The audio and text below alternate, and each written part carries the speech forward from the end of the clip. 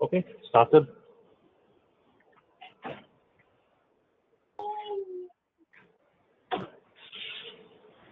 Okay, so we're looking at Brian's screen. And Brian, it looks like you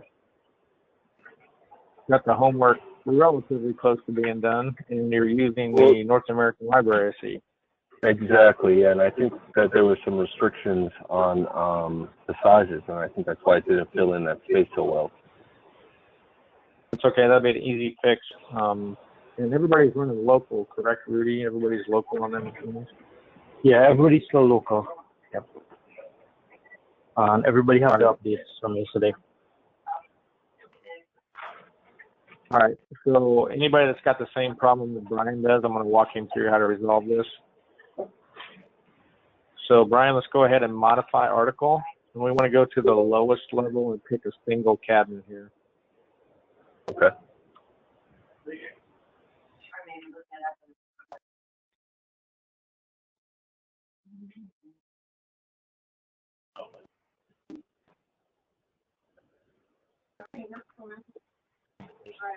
All right, so you'll notice in the upper right-hand corner that the height and the depth are grayed out.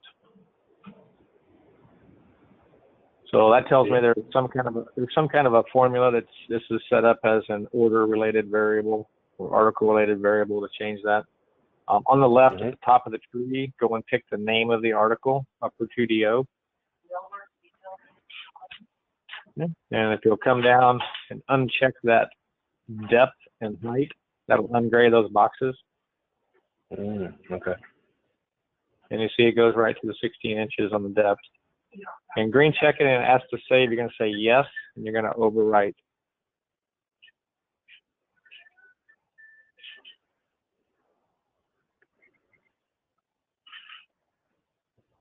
Yep. And then just go ahead and refresh the whole article. That should adjust all the cabinets to the 16-inch depth.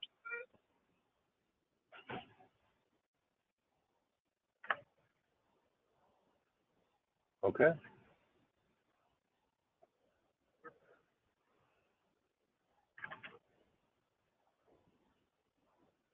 All right, looks good. All right, awesome. Was everybody able to get the homework done? Anybody have any problems, questions, concerns they want to talk about?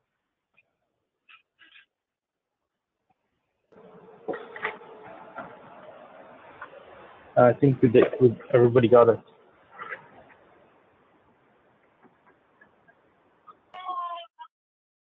Okay, that's great. All right, let's go ahead and start a new order.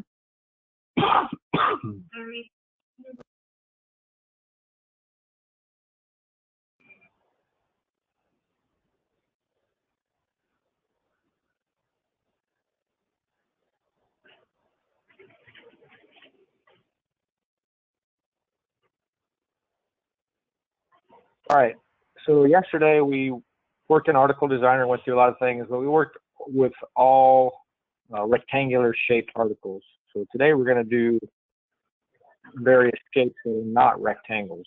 Okay. So within WoodCAD CAM, you don't have to always do a rectangular case, as we know in our industry that works a lot of times, but there are a lot of times we need a different shape. So I'm going to have you go ahead and switch your AutoCAD view here to top view, plan view, world coordinate system, however you think of it. Okay. All right, and maybe zoom out a little bit to give yourself some space there. And I'm going to have you draw a polyline, and I'm going to give you direction and dimensions for that polyline. So start the polyline and pick a point. Okay, we're going to go down 45. I'm going to go to the right 48. I'm sorry, you got to say that again. We went down 45 to the right 48. We're going to go up 78 and C for close.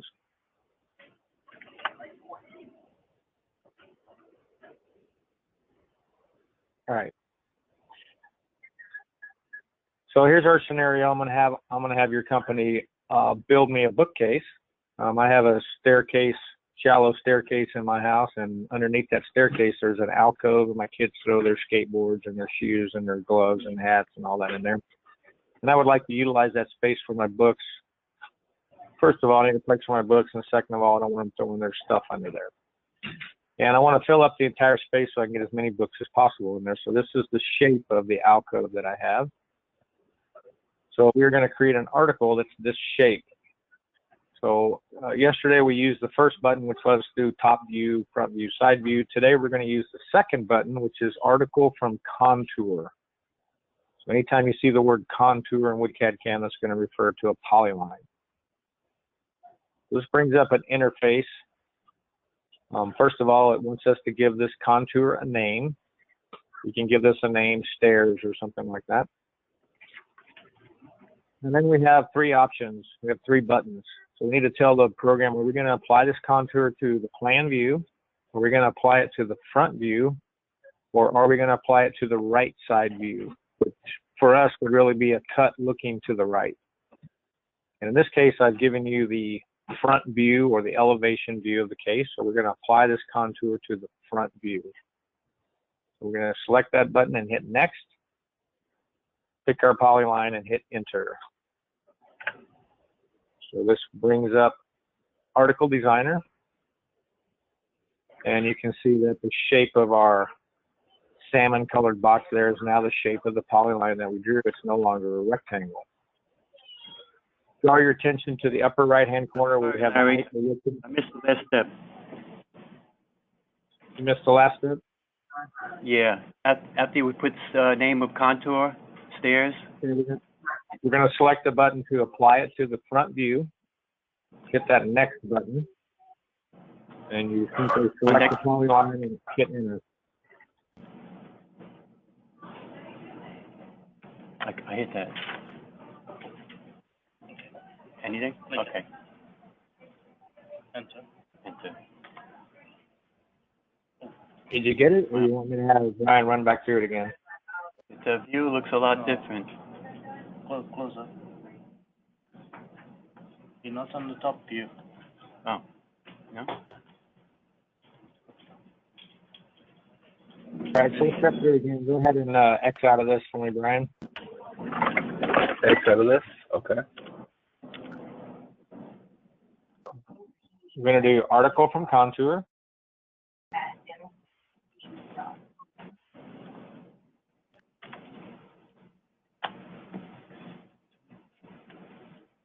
Our little box pops up. And you put the name in there, or you can pick it from the drop down if you've already created it and you're overwriting something. We're going to select the button, apply contour to front view. We're going to hit the next button at the bottom.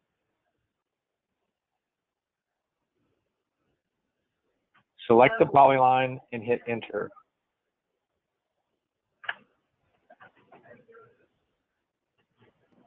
Okay, Larry, I got it. And Brian, yes, you want to overwrite.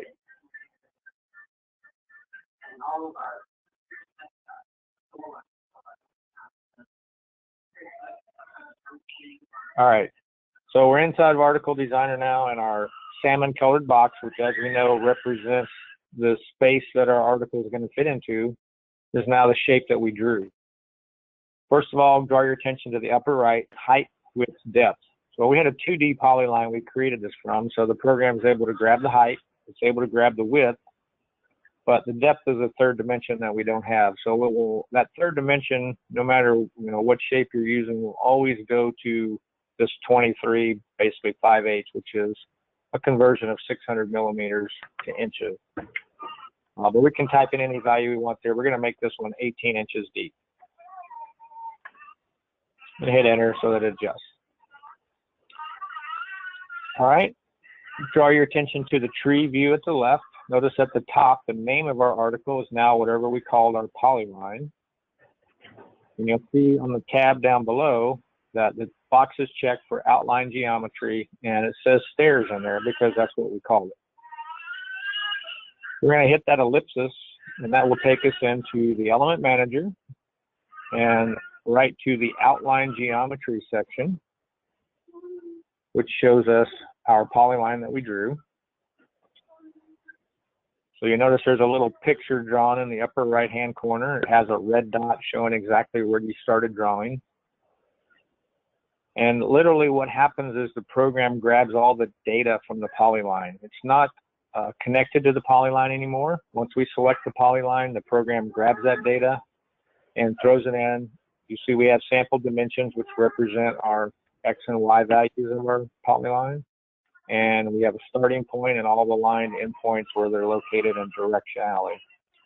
So since the program grabs this data, we can actually apply any kind of parametrics we want to it. Brian, if you would, click into one of the number fields for X or Y, any one of them, doesn't matter. You know, maybe not sample dimensions. Go down on one of the lines or the starting points, pick one of those X or Y. These sample dimensions are actually used to draw the picture over there. So if we adjusted the sample dimensions, it's just going to adjust the way the picture is drawn. That's all it does. But since the program grabs this data, we can select any of the values. If you right-click in there, you'll get a sub-menu, and you see that you can place a variable in this cell. Once you set it to absolute, I'm sorry there, Brian, drop that relative box down below it and pick absolute, and then right-click in the cell. For both? Am I doing that for all of them? No, you can just do one and then right-click in the cell right above it. Although we could do them all if we wanted to. If you right-click in there, you'll see that you can add a variable. So we could create variables for all of the points on this polyline. And you're capable of doing this. There are 5 types of polylines we'll see here after a while today. And you can write your own variables and modify your polyline data that's getting captured from your polyline that you drew, and basically control how this thing works parametrically off of a variable. All right, you can go ahead and discard that. And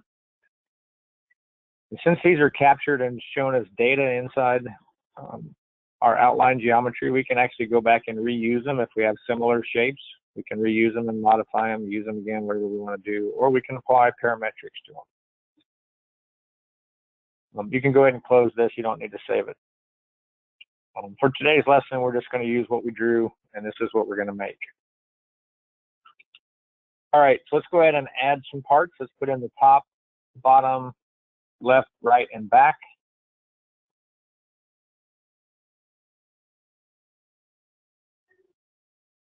And as you see, the top is going to default to stretchers.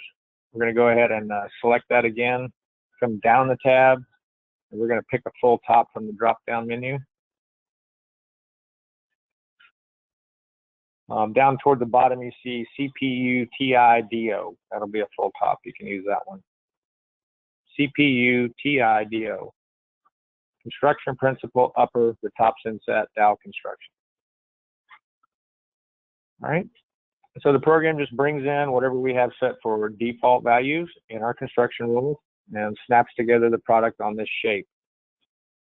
Let's go ahead and green check that, save it, no, and pick a point in space to draw it.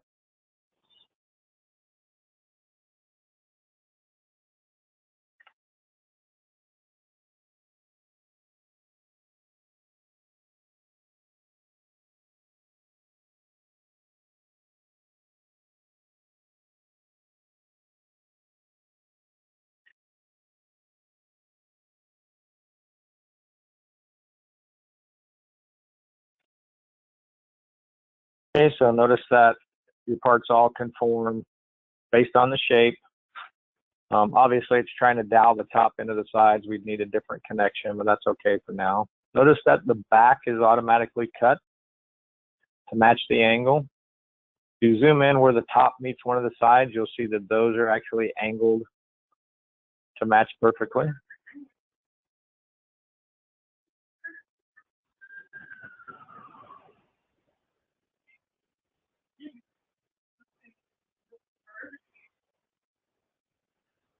All right, I want to draw your attention to where the side panels meet the bottom of the cabinet. Uh-oh, here comes your ride, Rudy.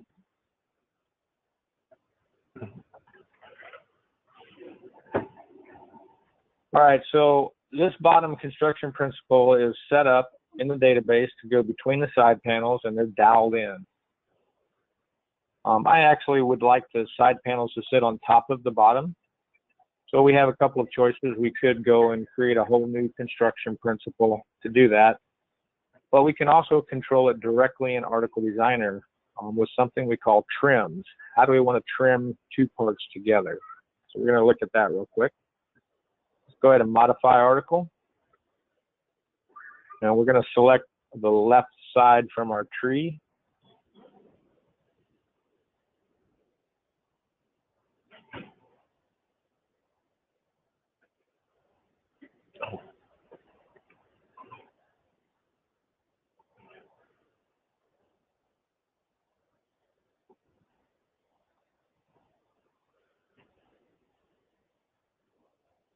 Apparently got a little bit of lag. I'm waiting for it to pop up here. Okay. So with the left side selected, a couple things I want to point out. Notice down on the tab, we have our part orientation and orientation. Notice how it looks a little different than it did when we came from the top view. So our part orientation has a checkbox to select edge one and reference edge together at the same time. Depending on which direction you create your article, top, front, or side, your tab options are going to look a little bit different on each one. In this case, we want to select that second tab. It looks like a little L and it's got an arrow, kind of goes around the angle there. This is called our trims tab. And so we have the option to change the trims for previous, next, door, and back panel. So door and back panel are fairly obvious. How are we trimming the side of the door? How are we trimming it to the back panel? Previous and next, not so obvious. So very similar to what we did yesterday. We're going to travel around the parts counterclockwise. In this case, from the front view, we can see that the top is the previous part to the left side, where the bottom is the next part to the left side. So I want to adjust the next trim. I want to make this short to the bottom. So we're going to drop down next there. You see that you can pick long, short, miter, and perpendicular. We're going to be short. Notice the graphic shows it pulling the side panel up above the bottom. You can see that very clearly. Now we're going to select the right side from our tree. Again, traveling around counterclockwise. This time for the right side, the bottom is the previous part and the top is the next part. So we're going to change previous on this side to make it short. That brings it up in the graphic, shows it's above the bottom. Then we're going to select the bottom from the list and we're going to make it long and long.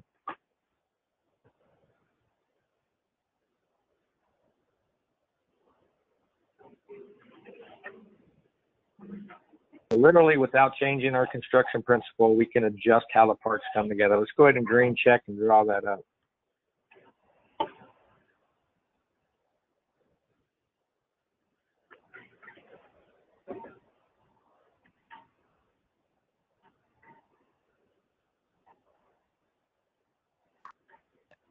Of course, save changes, no.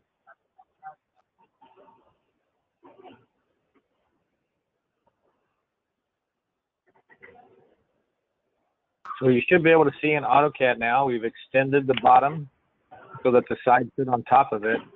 Also notice there were dowel connections on the edge of the bottom. Since those edges still touch the sides, it just rotates those up and now dowels the side into the bottom. So it's fairly intuitive with that. Let's go back and modify article. We're going to mess with the trims a little more here.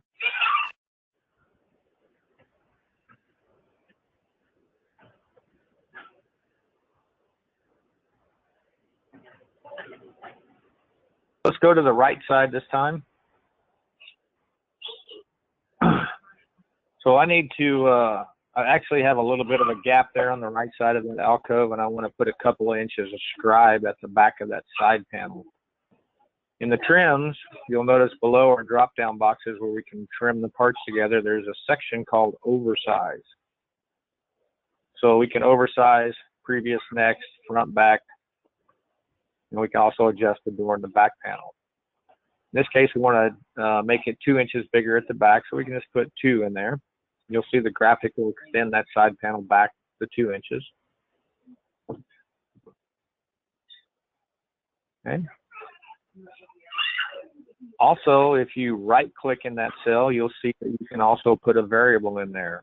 So you could actually create variables for scribe left, scribe right, set them to 0, and then it would be an article-specific variable that you could use.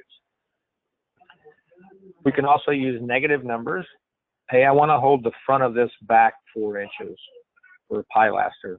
So in the front, we'll put -4. You'll see that'll pull that side panel back 4 inches.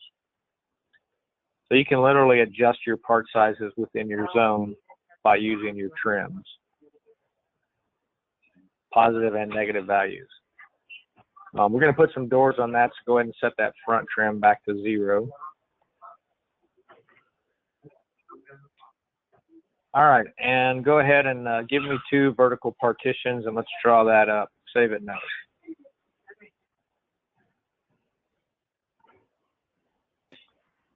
Notice right away when you go to dividers and drawers, our options are different. From the top view, we had shelves first, and then we had partitions and side panels. Coming from the front, we now have a center back panel, and shelves and partitions are all lumped together. So again, depending on your directionality you create it, you're going to get some different options on your tabs.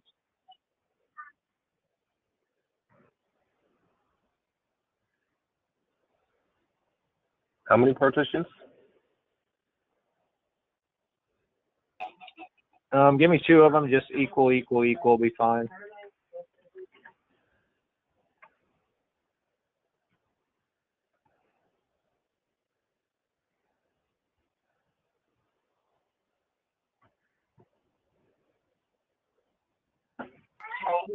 Yep, just go ahead and draw that up, and let's take a look at it. Save it, no.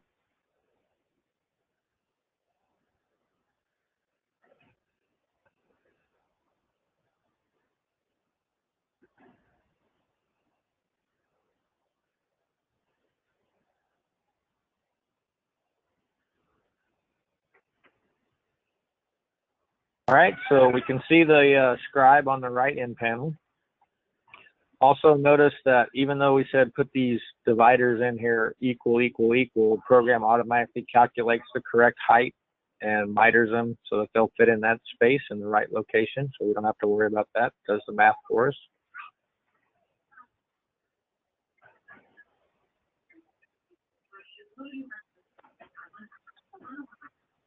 And of course, there's a dowel connection at the top, which you probably can't do. We'd have to have something else, but that's okay. We'll worry about that later. All right, let's go ahead and modify article again. On the left opening, I want a left hinge door. On the right opening, I want a right hinge door.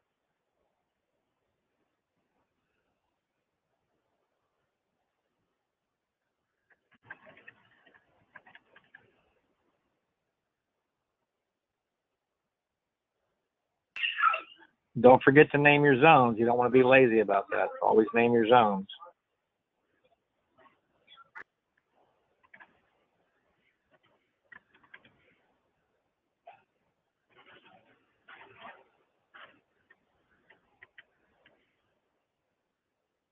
All right, so the left was left hinge door. What was the other 2?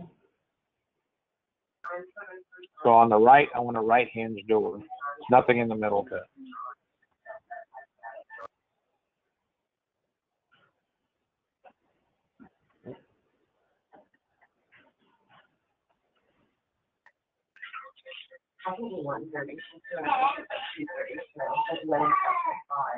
So Brian, you got to double click that front to turn the part off.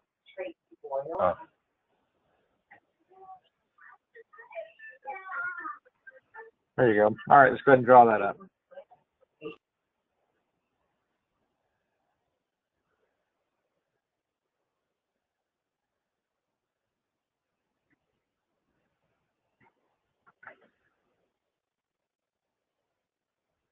So notice the program automatically cuts the angle on the doors correctly, now while maintaining the gaps.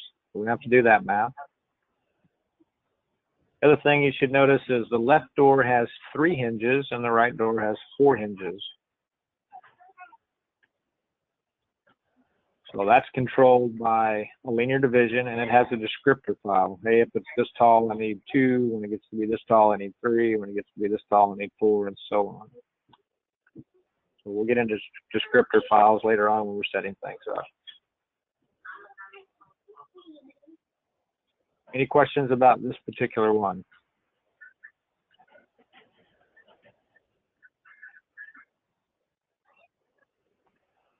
All right, I'll take that as a no. Brian, go ahead and switch your AutoCAD view to top view, plan view, world coordinate system again. We're going to draw another polyline here. Got another one. So go ahead and start your polyline command just out of space there, and I'll give you direction and distance. So we're going to go down 30. We're going to go to the right 24. 44? 24. 24. 24, okay. Yeah. We're going to go up 38. We're going to go to the left 18.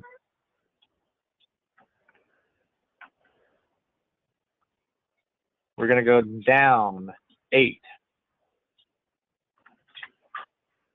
And then C for close.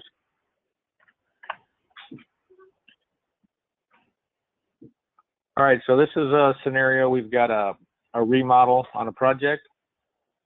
Inside the building, there's a window that has this ugly, big concrete curb, and the architect would like us to build a case that will slide underneath that curb and then come up and cover it in the front. So this is going to be a cut through that shape looking to the right. Okay? Article from contour. We'll just call this one windowsill or curb or whatever you want to call it. And we're going to apply this to the right side view.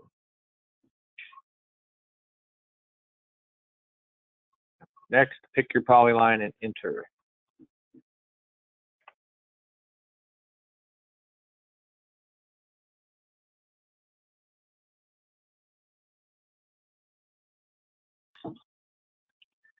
So once again, I'm going to draw your attention to the upper right.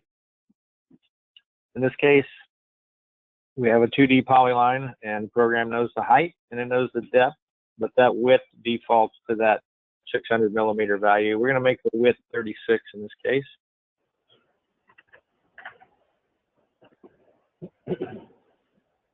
All right. Notice that the shape of your salmon colored outline here is the shape that we drew. Take a look at the tree view. Now we have more than 6 faces. So the program now knows we need 2 tops and we need 2 backs. So let's go ahead and put all the parts on this except for the front and switch the tops to full tops, that same one we just used.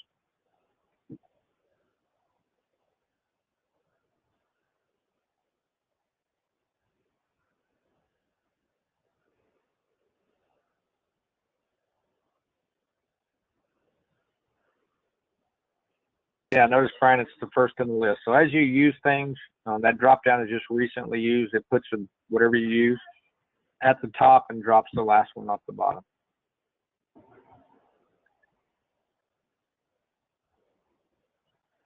All right, notice that the sides automatically notched to match our shape because we're coming from a side view.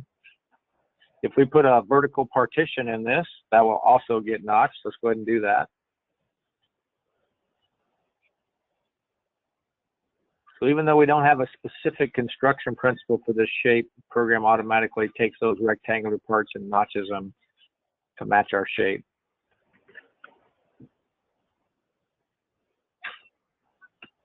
So 1-to-1?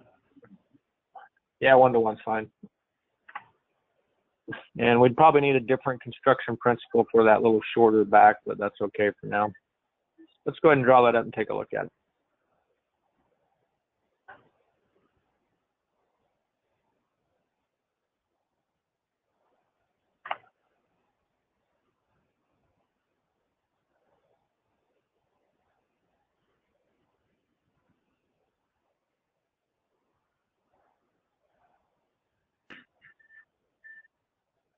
Okay, so there we have our article based on the shape that we drew there.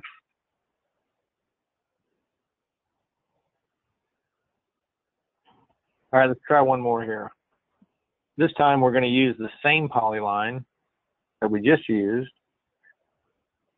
but we're going to apply it to the plan view. So this would be a scenario where I've got some kind of a pipe chase in the back left corner, so I want to notch my cabinet out to match that.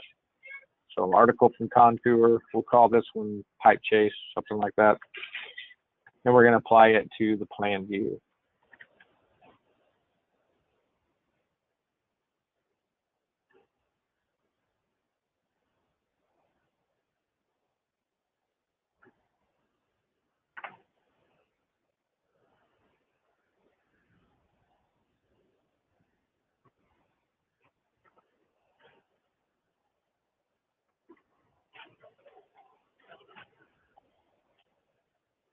Okay, so in this case, program knows the width, knows the depth, doesn't know the height. We're going to make the height 34.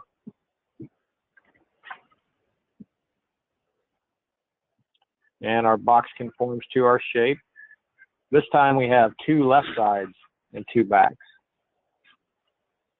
So again, more than 6 faces. So let's go ahead and add all of our parts in. We're going to make a full top again, although the rails would probably work. So we'll make it a full top.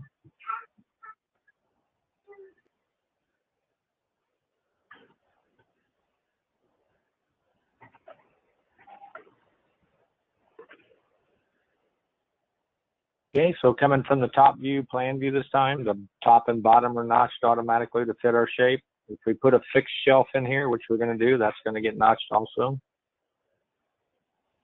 Let's go ahead and put one fixed shelf in it.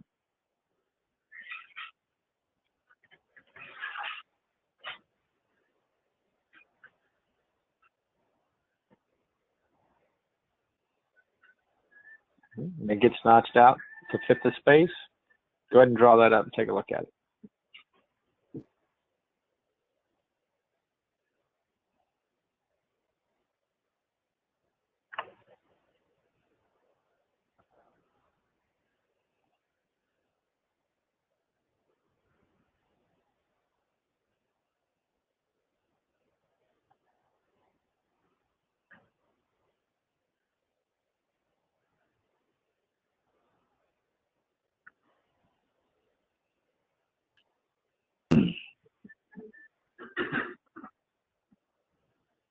All right, I'm going to say, Brian, you know, we don't have any adjustable shelves in this cabinet. We just have a fixed shelf, so what can we do about that? You want to keep the middle one fixed and add adjustable, or make that adjustable? Nope. Nope, I want to get rid of the line boring. Oh, okay. Did you get a chance to watch the video from yesterday? Yep, I tried to catch up as well as best as I could this morning. Had to skip through some parts, but I think I can get this. I modify article. Yeah. Click the item. Oh, am I wrong already? Okay. You're good. You're good. Line boring here. And suppressed, right? You got it. Okay. Draw it back up.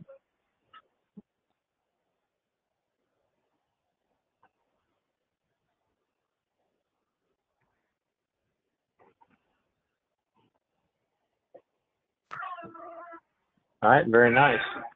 What about that case that goes under the windowsill? We don't have any line boring on our vertical partition. How do we get that on there? We're on the live test. Modify article.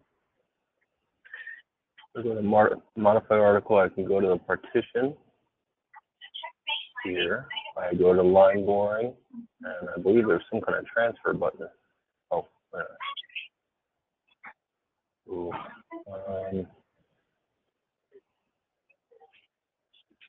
Okay, so this works zone by zone, so you could transfer to the left zone, to the right zone, or you could go all the way to the highest level, to the very top, pick that main zone, and transfer the whole thing. There it is. Okay. Hit the green check mark? Yep. Okay.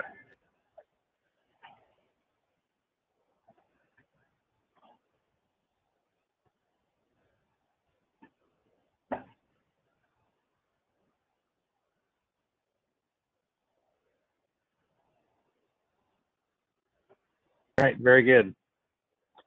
So you can create shaped articles just like you can rectangular articles. You just need to draw the polyline. What shape do I want?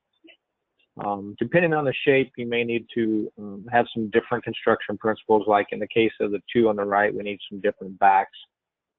But we'll get into how to do that later on. Any questions about creating an article from contour?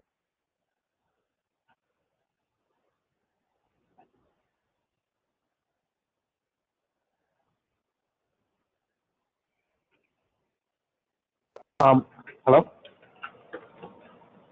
Yep, I hear you. Oh, what if we have to do a chase in two directions? How do we handle that? I say the top and then down one side. Is that another way we do it, or? Are you talking about something that's tapered? No. Like say we have a beam and a column, and we have to put a cabinet right there. So I have a little cutout at the top or notch at the top, and one down the side of the cabinet. Okay. Like No, this is Rudy, right? Two cabinets. Yeah, Rudy. Yeah. I'm going to switch over to you. Why don't you draw me the shape of this article that you want? Let's just talk about it. Go ahead and show your screen.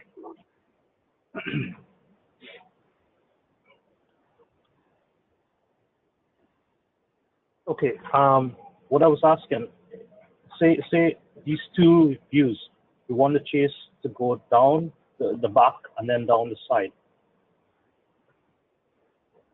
You follow what I'm getting at? Yeah, I think so. So you've got a chase So now, like in the back corner, and you also want to chase it across the back, right?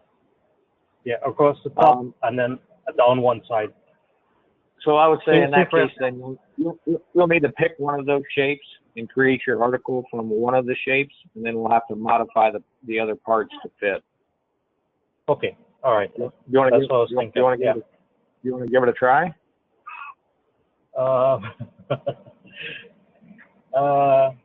I could play You want with to get it. a little deeper You want to get a little deeper before we try it? Okay, that's fine. No worries. Yeah. I mean, I can play with it now. I'll let you know. No guts, no glory, dude. All right, back to you, Brian. Okay.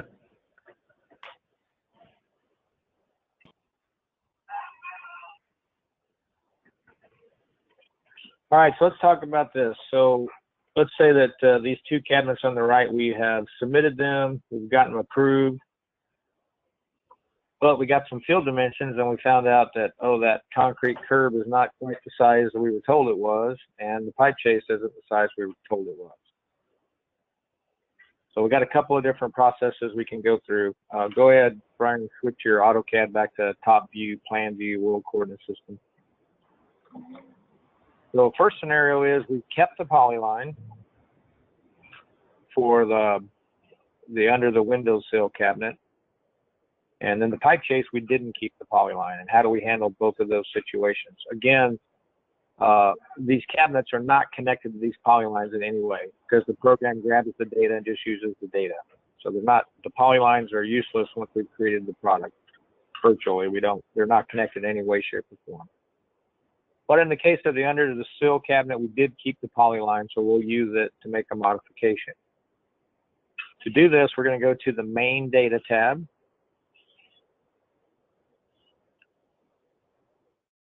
Main data tab has element manager, drawer manager, which we'll get into in the next couple of sessions. And then to the right of that, there are two small buttons. The one on top is called the return to construction, which we'll use today. One way you want to use right now is the little trapezoid button on the bottom. This is called the Contour Wizard.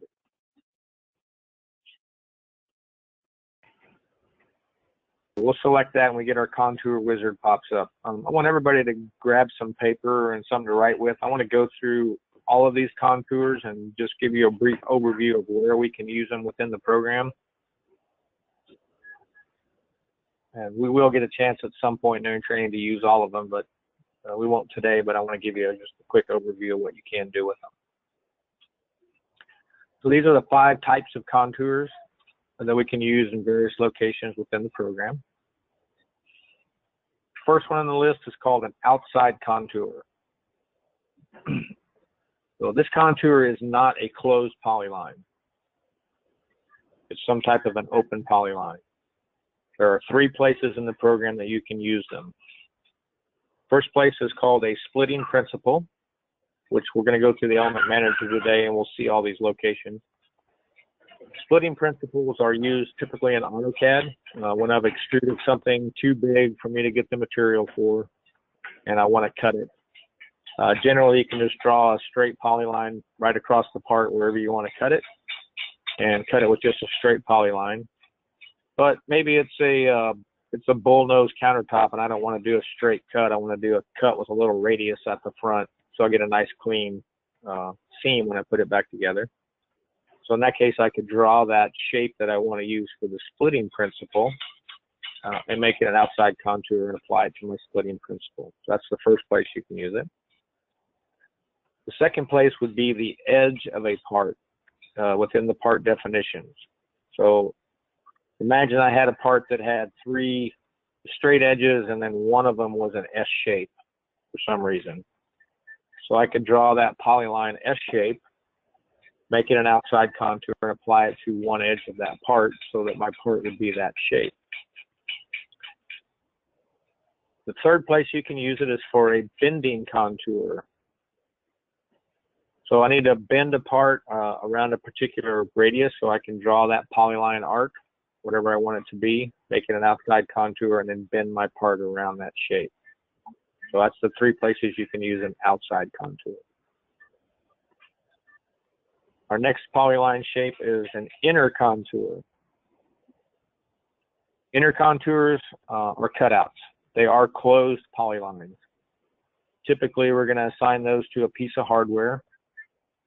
For example, I do reception desks, and I always put a J box in the reception desk, an electrical outlet, and it has a particular shape that I need to cut out. Not a rectangle, it's a shape to allow for the tabs and all that.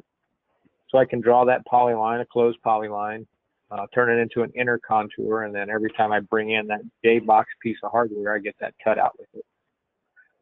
You can also apply this directly to any part definition. So I have a part that I always want to have a cutout with it. A good example, again, a reception desk. I need some kind of an elongated cutout to allow for a wire chase. So I can draw that closed polyline, make it an inner contour, apply it to that part definition, and every time I bring that in, I always get that cutout with it. So that's the 2 places you can use your inner contours. Profile geometry. Profiles are anything you do to an edge.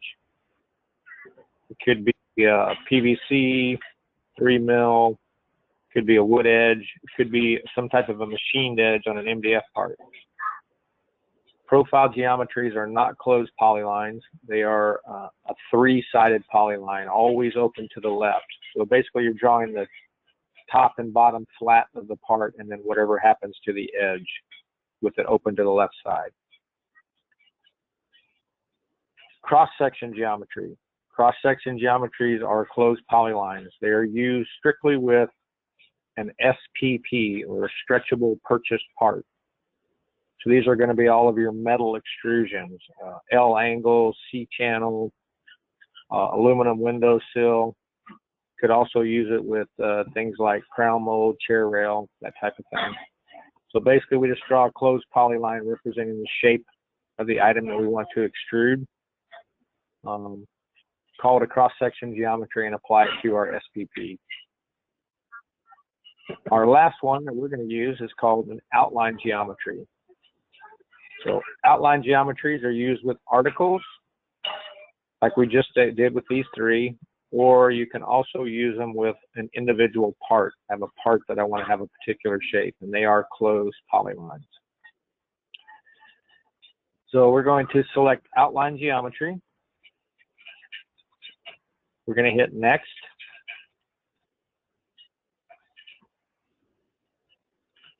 Then we have four options here.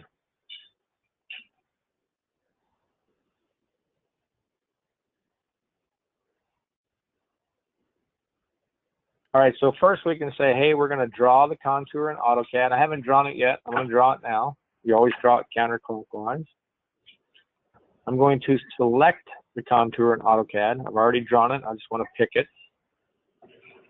Edit existing contour. This has nothing to do with the drawing. This means I'm going to edit the data in the database. I'm going to change the numbers or put variables to it, something like that. And I can display a contour in AutoCAD. Hey, I already have this contour. I didn't keep the drawings, so I want you to draw it up for me so I can modify it, which we'll do for that pipe chase cabinet. In this case, we're going to select the contour in AutoCAD. And we're going to say next. If this was something that we hadn't already done, then we would give it a name. In this case, it already has a name, so we're going to drop that drop-down box and pick it out of the list. It's going to be in there alphabetically.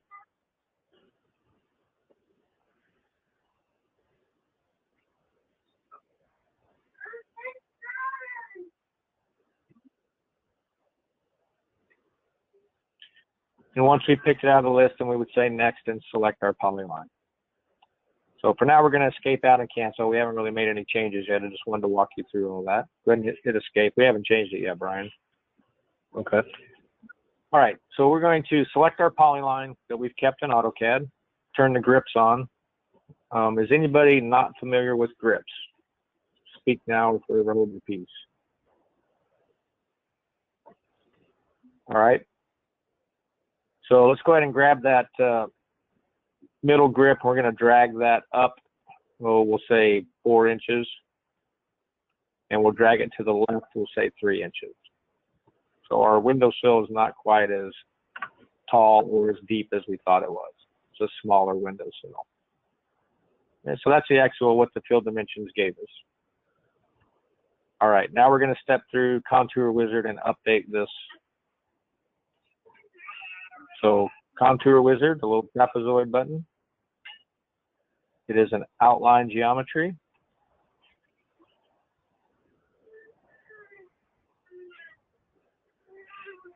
And we are going to select it in AutoCAD.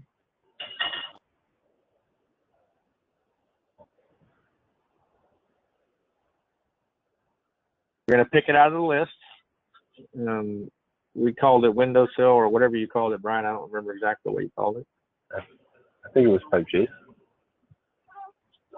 No, this wasn't the pipe case. This was the windowsill. Okay.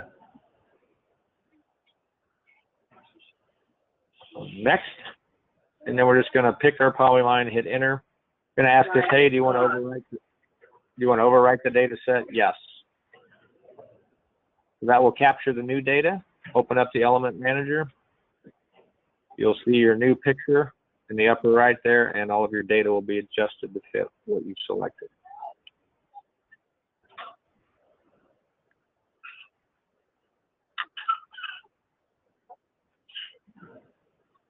All right, we're just going to hit that check mark in the top to apply it. Now this contour is already assigned to our cabinet, so all we have to do is refresh article. It'll read the new data and update our article. Again, this is the windowsill cabinet.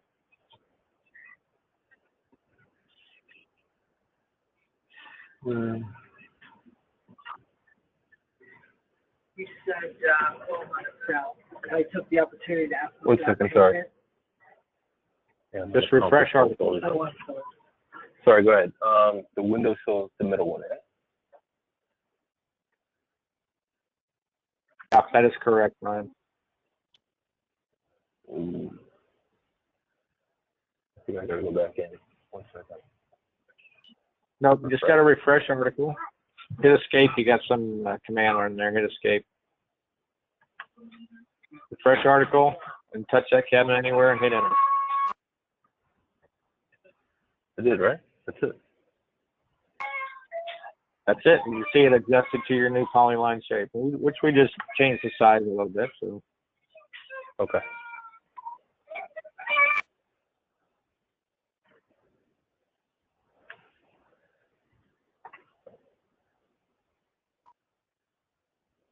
All right, so let's go ahead and we're going to delete that polyline now. So this is going to be a scenario. Hey, we've got our pipe chase cabinet. We got it approved.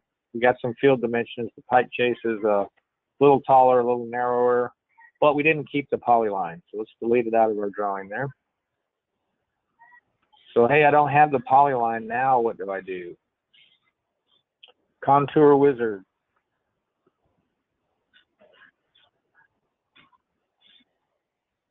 Again, this is an outline geometry. It's at the article level. And this time we're going to select display contour in AutoCAD. I don't have it anymore. Draw it up for me. Yep. We're going to pick it from our list. This is our pipe chase. So opens up the element manager and gives you a whole list of everything. Which one do you want to display? Yep. Hit the apply button in the upper right.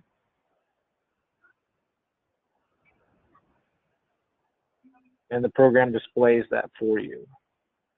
Notice it has your polyline, plus it has an outline around it, showing the overall size of it. So we're going to turn on the grips for your polyline. Yep, going to grab that middle grip and drag it down 4 inches. It sticks out quite a bit more than we thought. And notice that there's actually a start point in this case on the polyline the way it's saved. So you got to make sure you drag that start line too. Wanted to show you that so you get that right. So grab that grip for the start point and drag it down. All right, and then we're going to drag it to the left 2 inches. So it sticks out more, but it's not quite as wide as we thought.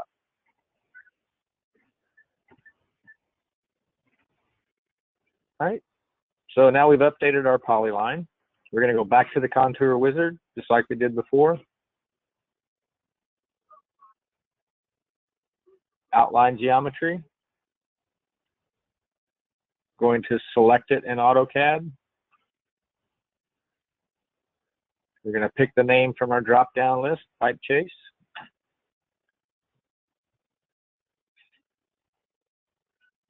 And then we're going to select our updated polyline.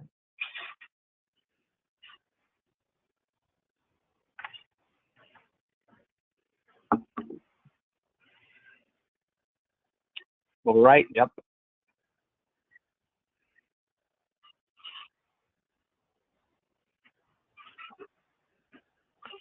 That opens up the element manager, shows us our new shape picture in the upper right, and all of our data. We're just going to go ahead and apply that. Now at this point, we're looking at just our AutoCAD. So this is where we're going to hit that button above the contour wizard, return to construction. And then you're just going to hit an isometric view, and that'll refresh your drawing and bring all your products back.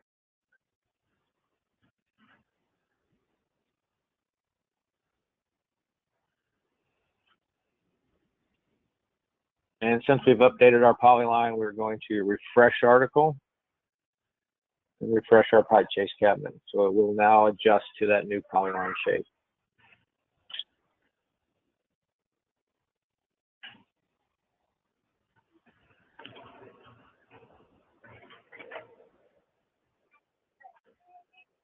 All right. Any questions about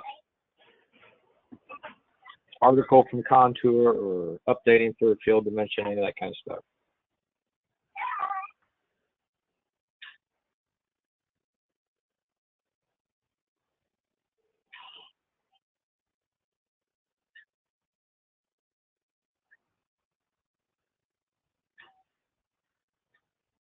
No questions at all? And you guys are either really sharp or you're totally lost. I can't tell which.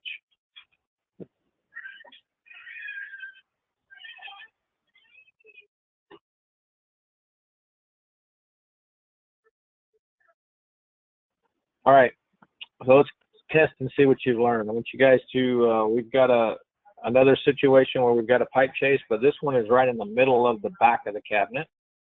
It's 10 inches wide and it projects into the cabinet 6 inches. So draw me a polyline. We'll do a plan view for a pipe chase that's in the middle of the cabinet and pop it together. See if you can make that happen. I don't really care what dimensions you use on it.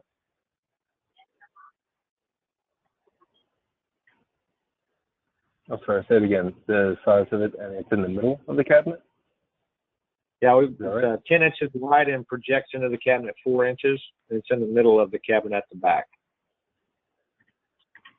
Whatever you want to do for depth and width is fine with me. Okay.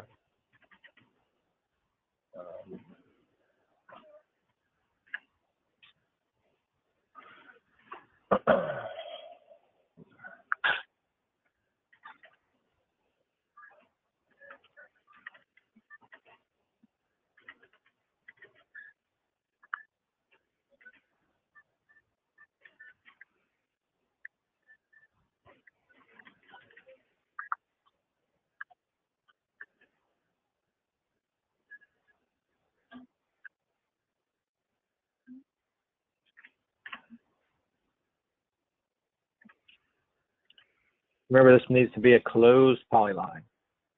Mm-hmm.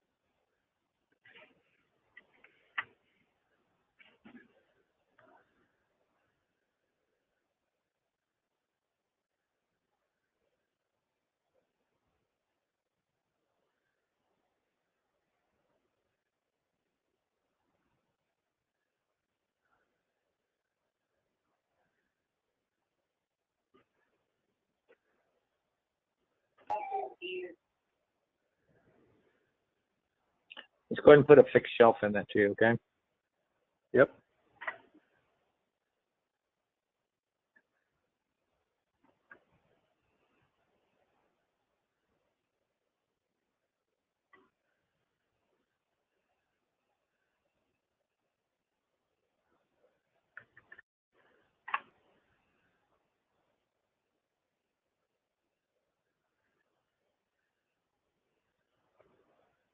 And of course, we don't need all that line boring, right? Yep. Took it out.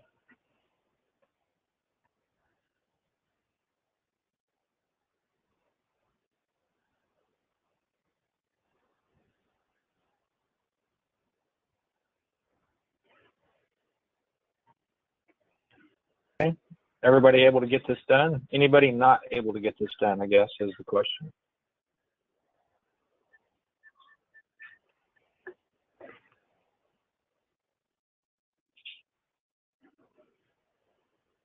Wow, awesome. Okay. We're all good to go. Speak up if you're not good to go.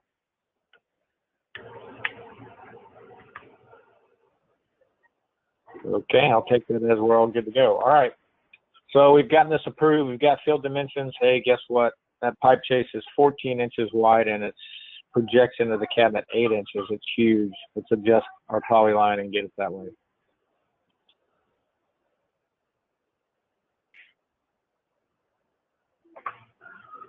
$14 by 8.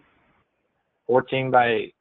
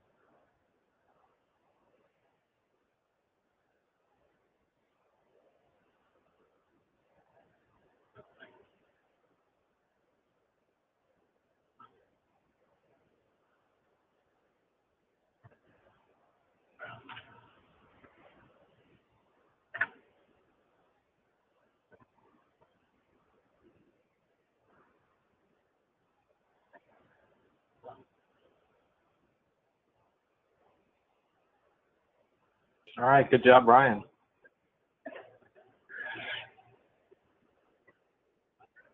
Was everybody able to get this accomplished?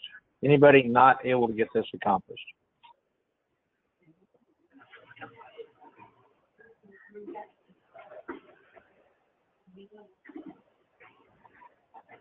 Okay, I'll take that as an affirmative. All right, any questions at all about article from contour? Everybody got it?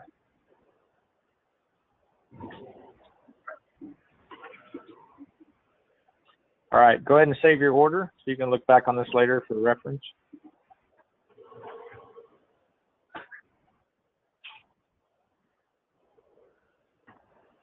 Rudy, I saw that you sent an email to Russ this morning. Did he respond to you in any way, shape, or form?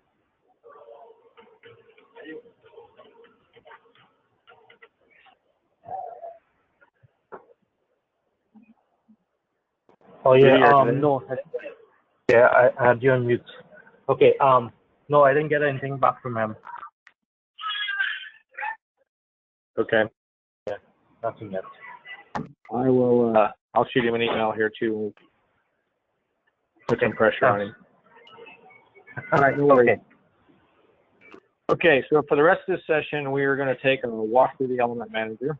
The goal of this is to show you the entire structure of the database, where things live, how they work. It's not really anything I'm going to expect you to remember all of it. It's really just a get acquainted type thing, so you're familiar as we're talking about things, where things might be located and how they interact with each other. I can promise you right up front, it'll probably be a little bit boring for you, but it is critical that we go through it. So this would probably be a pretty good point to go ahead and take a quick restroom break, get some water, stretch your legs, that kind of thing. So let's all take 5.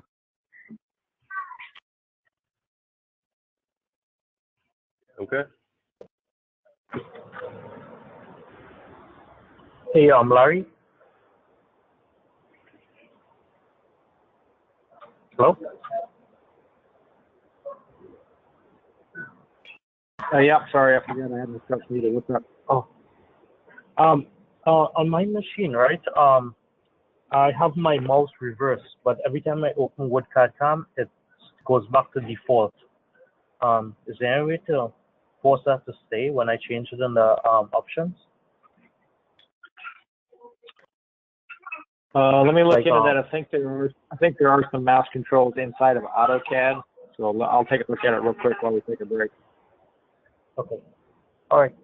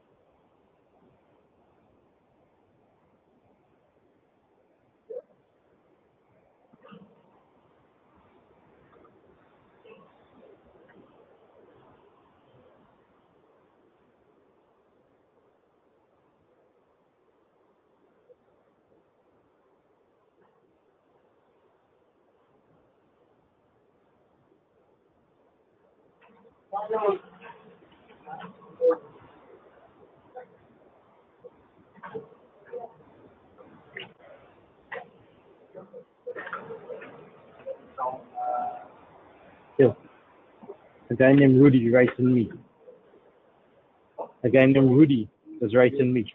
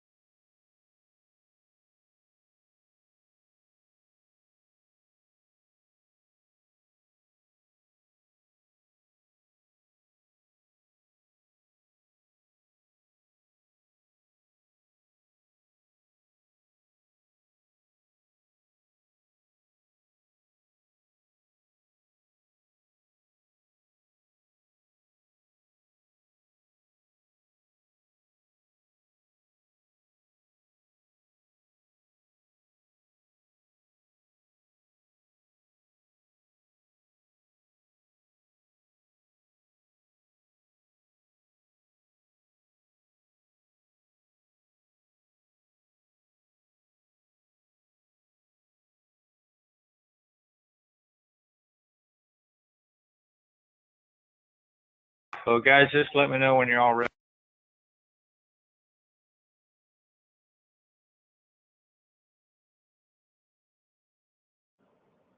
Yeah, I'm back. Yeah, I think we're all back.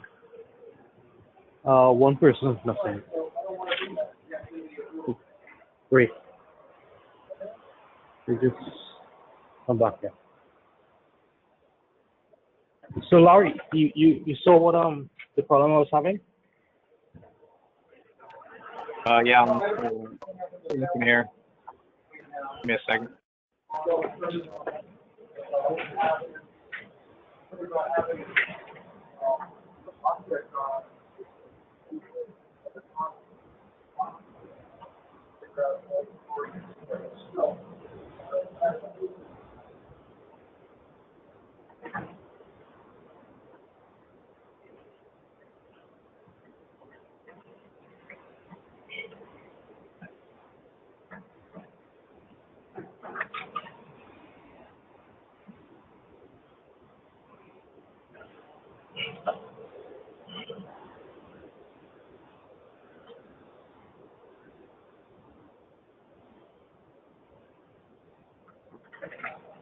Back?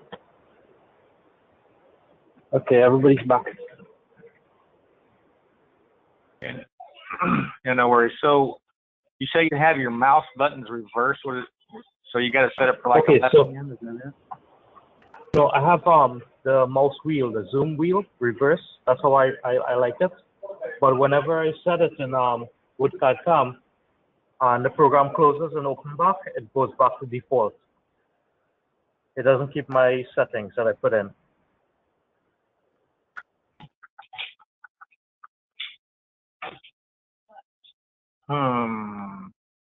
Yeah, it doesn't stick. It just works while it's open. Once you close and open back, it's gone.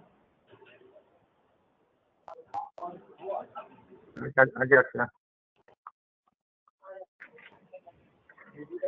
So inside the AutoCAD option, Yeah, it's in the AutoCAD option, 3D model tab, reverse mouse wheel zoom. Once I set it there, it works for that session until I close and reopen. Then it's gone. And I got to set it again next time.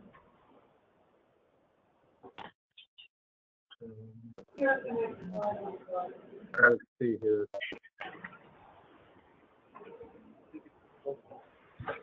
What? First mouse wheel zoom. Man,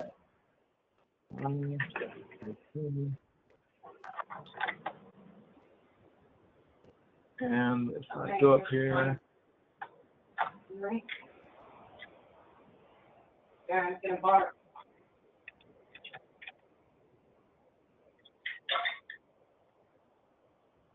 I mean, Larry, we could come back to this another time. We could go on with the training.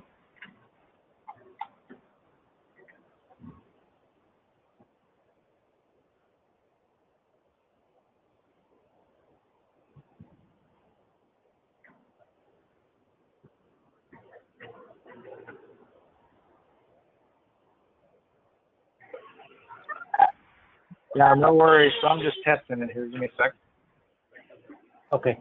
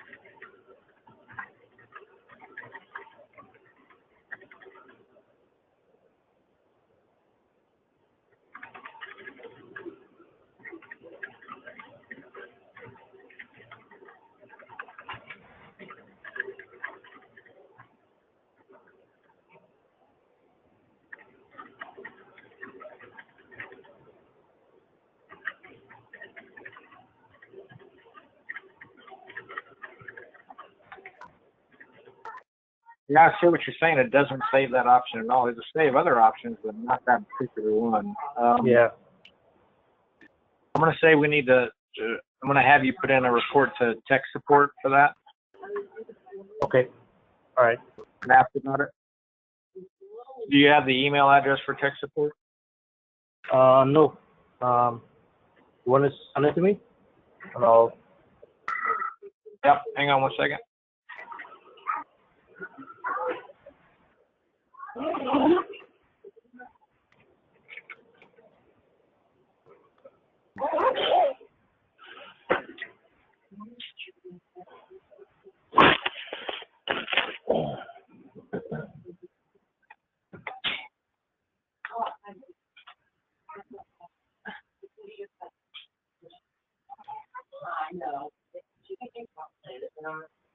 All right, I sent that over to you, Rudy.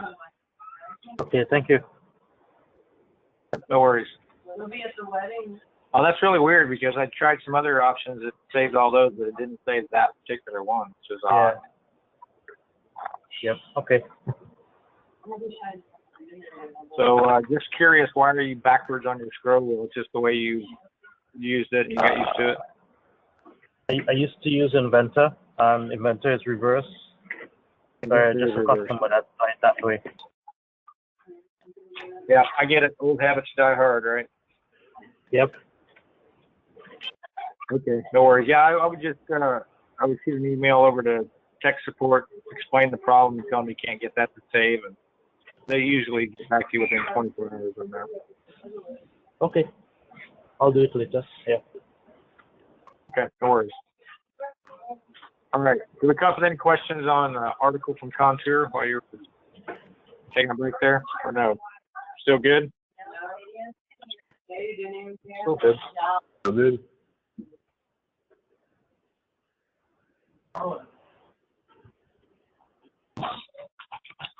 All right, let's go ahead and go to the Element Manager on the main data tab.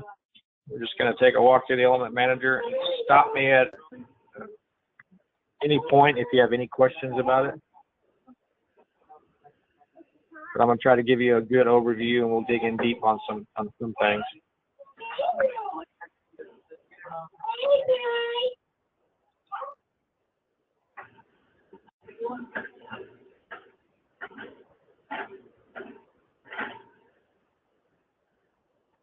Sorry. All right, so on the far, good, maximize this up from you there, Brian. Okay.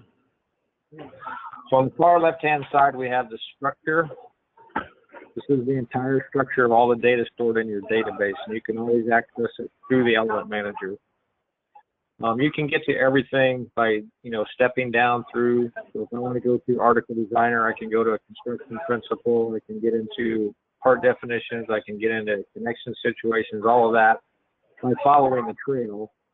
But it's really helpful if you get familiar with the entire structure here so that you can quickly and easily go find something that you're looking for. All right, so we're going to start at the very top there on the left, construction principle. And we'll start with single parts.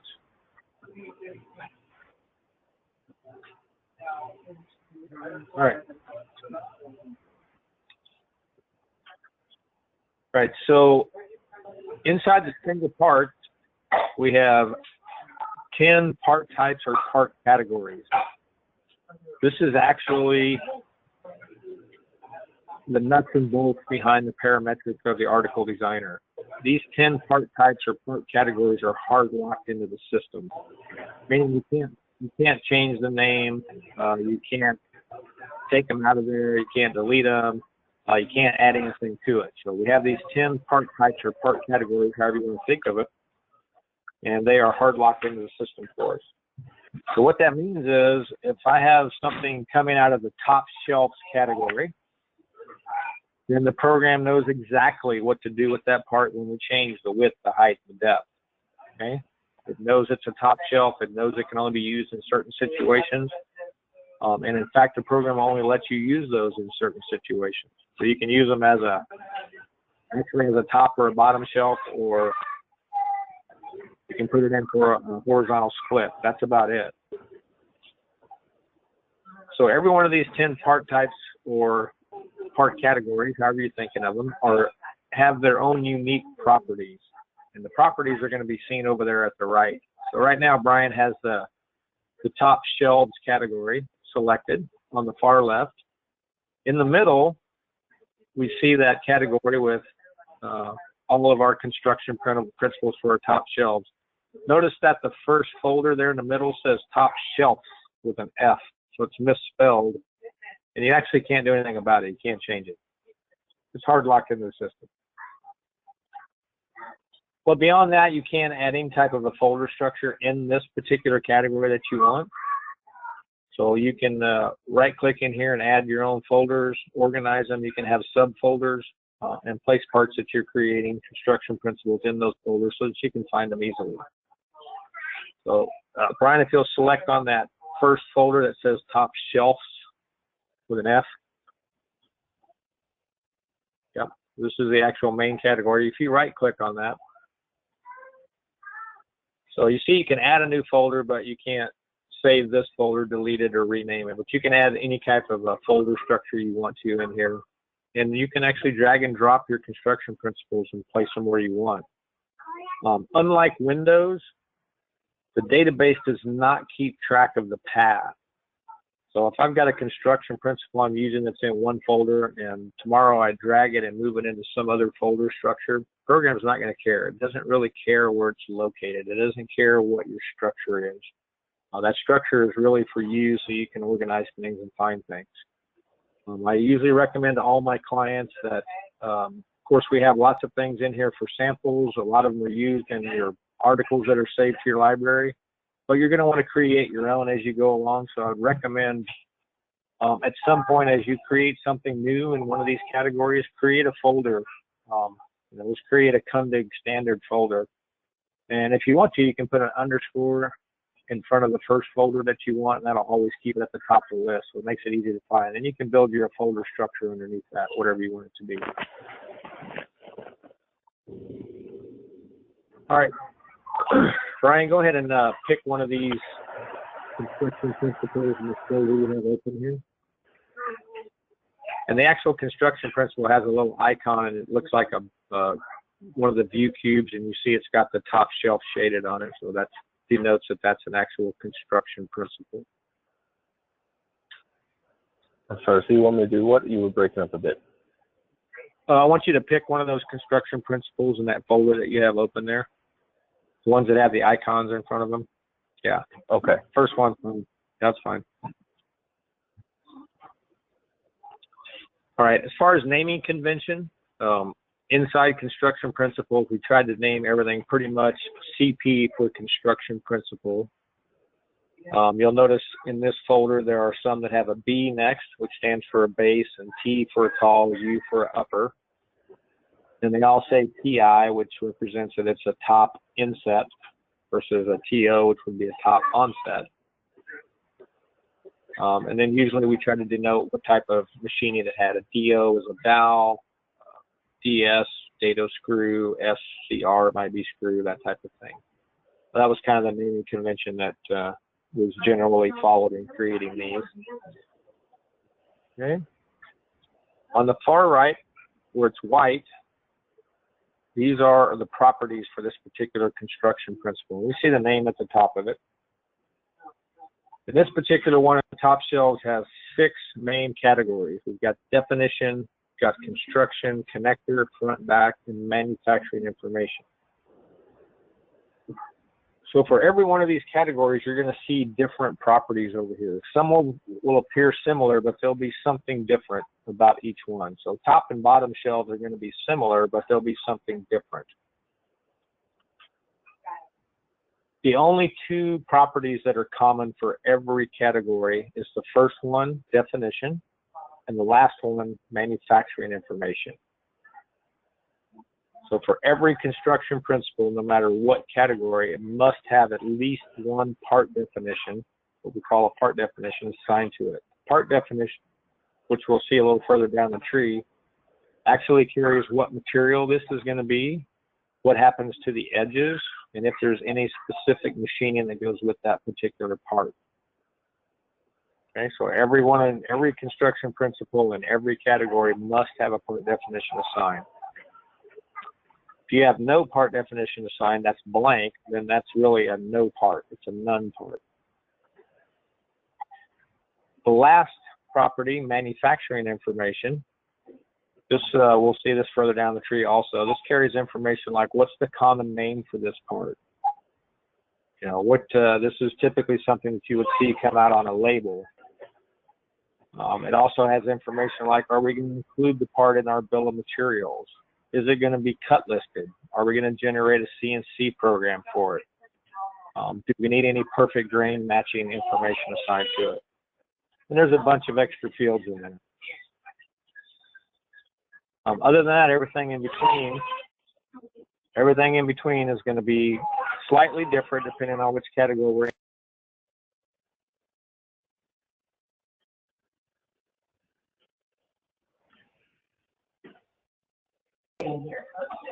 Go ahead, if you would, back over to the structure over there and select the side panels category for me.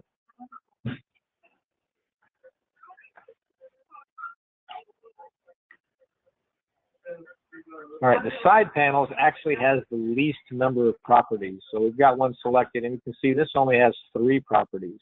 It's got a part definition, which is common, first. It's got manufacturing information last. And the only other property is for line boring. If we're going to have line boring, where does it go? Or we're not going to have line boring. So this one has the least number of options that we can do with it. And it can only be used in a vertical application for the most part. Vertical X, vertical Y, but no horizontal applications.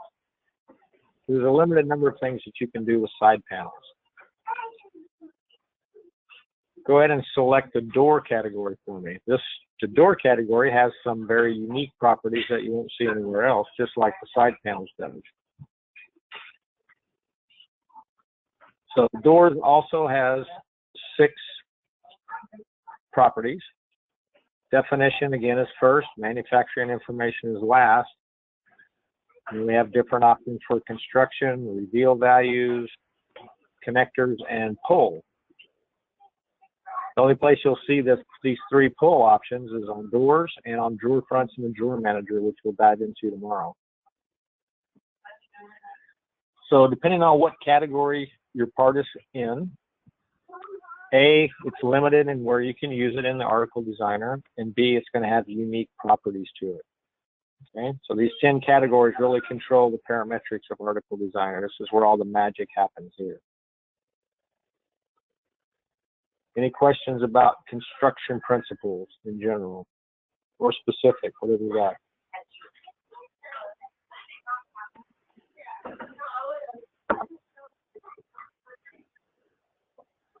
Okay, awesome. Let's go to the next category in our structure. You can close up single parts. Let's go to contiguous parts.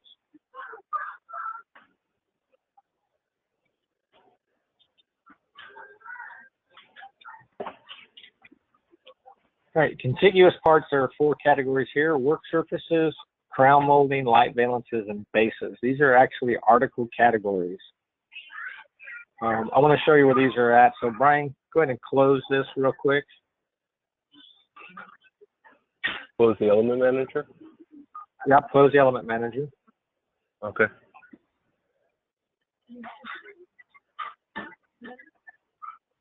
So in our WoodCAD-CAM manager, where we normally pick out our articles, notice at the top that there are 3 tabs. The first tab contains all of our library of articles, which is what you generally see over there. WoodCAD-CAM manager, that's the dockable container on the left over here. You'll notice that it has several sub buttons on it, and you're actually selected on the first one. If you go hover your mouse over that first button for me there, Brian, so the tooltips come on.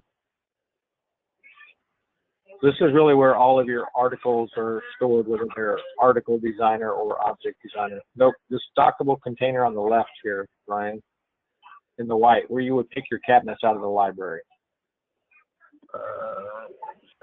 We're here? Yeah, this thing is called the WoodCAD-CAM manager, right? So it has these 5 sub buttons. The first one is the article center. That's where we store our articles. The other 4 are these contiguous parts. You got your base, your work surface, your crown mold, and your valences. So that's where we're looking at. That's where these are actually defined inside the element manager. This is where you would access them.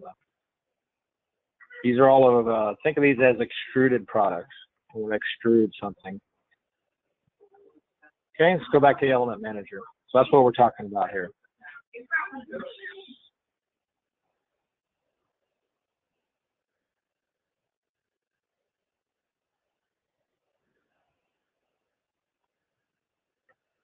All right, yeah, we'll open up contiguous parts again. We'll just look at work surfaces.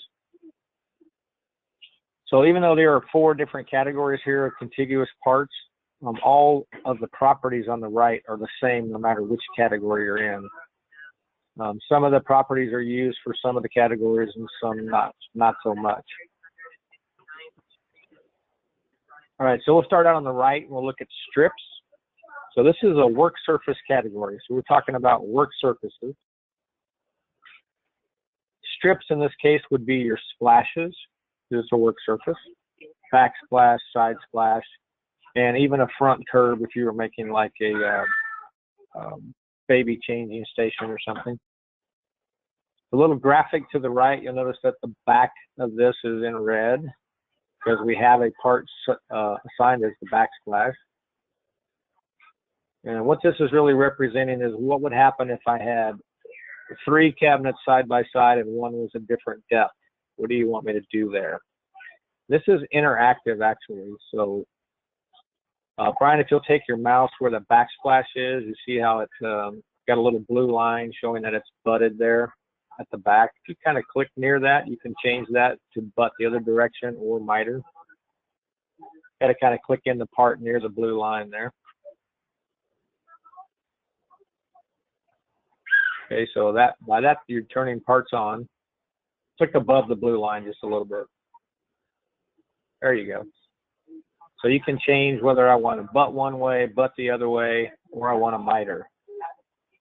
And this is interactive, so if we were to make these changes and save this, then that's the way it will be put together when we extrude it in our drawing. So in this case, you would get mitered backsplashes.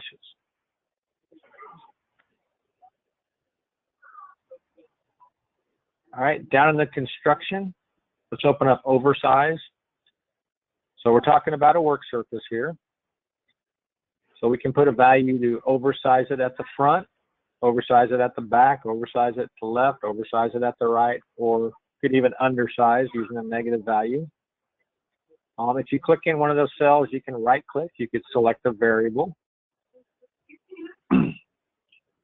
So your overhang at the front could be variable, overhang at the back could be a variable, left, right, whatever you want to do there. And we do have some variables set up for countertops. Go ahead and discard that. We can also apply side reveals to the contour, and we can do a vertical offset. Contour continuation front. So you see there's a drop down right now that says follow the front contour. Go ahead and drop that box down. So that gives you a graphic at the right. So this is what we're talking about. If I have 3 different depth cabinets and I apply my top across those 3, I want to follow the contour at the front, just like it shows there in red. If you select follow straight, that means it's going to make the front as deep as the deepest one there is. Go ahead and pick that, it'll change the graphic. And you can do front angled also. Okay, so that's the 3 options you get at the front. Okay, you also get a corner joint. So right now it's set to front symmetrical angle, which looks like this, L shape. Or I can say I want a front arc. Okay, I want to put an arc there when it goes around the corner like that. By making that selection, your little graphic changes to show you. And of course you can, if you have a symmetrical angle, you can change your, go ahead and pick that. Then you get to change your chamfers. So I could have them be the same value. 0, 0 gives you a 90 like that, or I could say, hey, I want one side to be 8 inches, the other side to be 12 inches, whatever you're trying to do. Okay. See your graphic adjusts to show you that. Same thing if you do a front arc, you can put the radius of the arc that you want.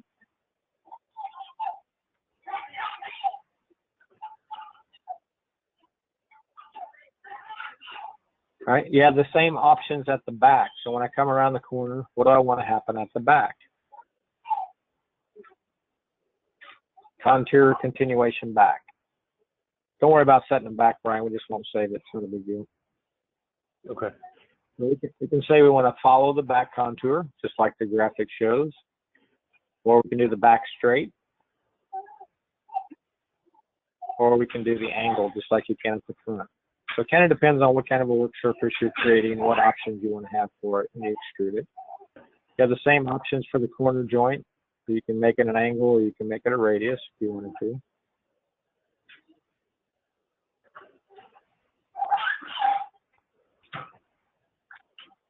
And of course, your graphics not to scale, but just kind of gives you an idea what you're going to get.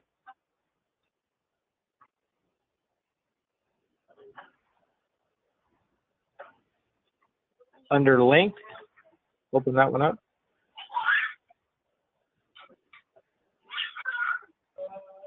So we can give a minimum length. It's got to be at least 0, and we can give a maximum length. So what the maximum length does, typically I would put in here whatever my maximum material would be for this particular type of product, maybe 144.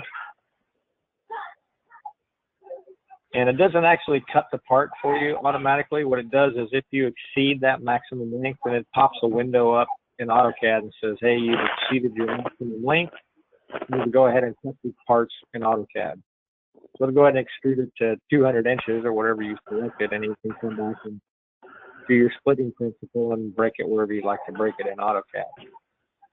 Or you see we have a splitting principle. We can say, hey, split it between articles. So if I were to pick my work surface across 3 cabinets, then it would split it at each cabinet. It's more commonly used with a toe kick like it shows in the graphic there, but it would do the same thing for work surface. Right, and then under part, this is where we specify the panel, which is the part definition for the work surface.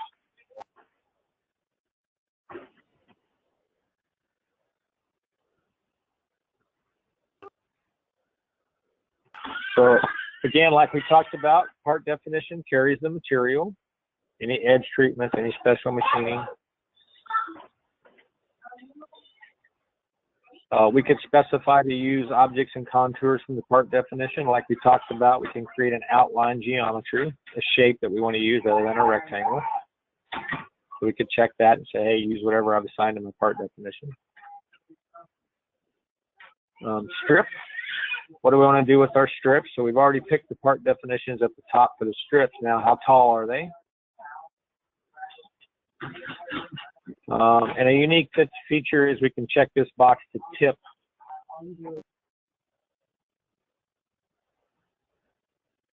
Yeah. So that would actually, like the graphic shows, it would actually, you know, drop your splashes down if you're creating some type of a build-up type top. String profile. This is where we can specify our SPP or our stretchable purchase part. Hey, I'm making a work surface that has an aluminum angle on the front. So I can specify that string profile. And then process, what do I want to do with it?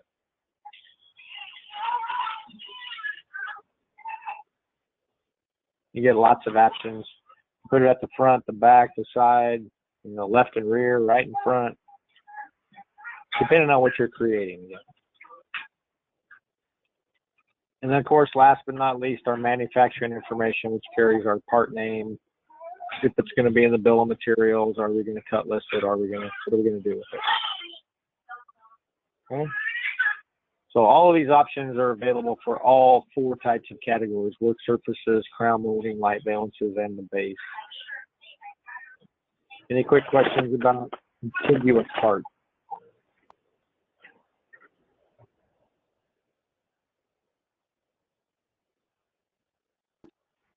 Okay, good. Brian, scroll back up to the oversized for me.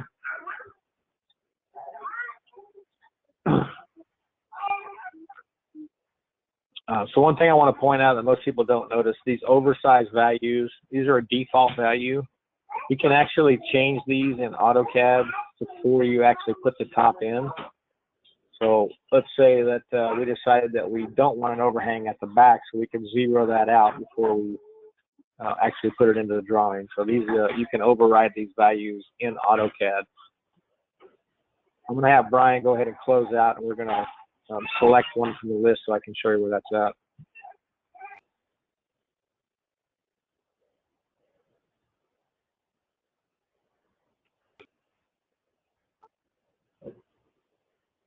Yeah, go ahead and close your element manager. There you go. All right, so pick this, close element manager.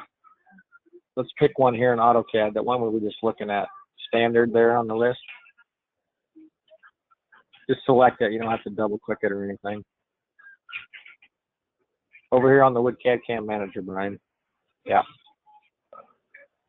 All right, so you see in the middle, you've got a section, and looks like all of your columns are collapsed. You can probably stretch those open there in the middle.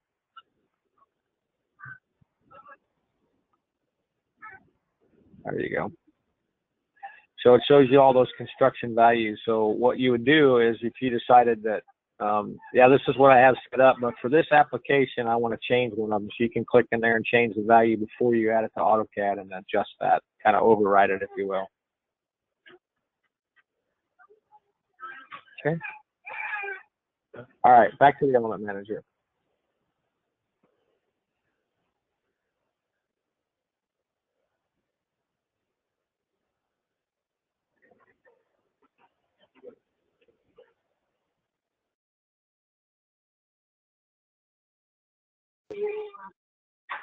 All right, let's go ahead and open up construction principle again. We'll move on down the list here.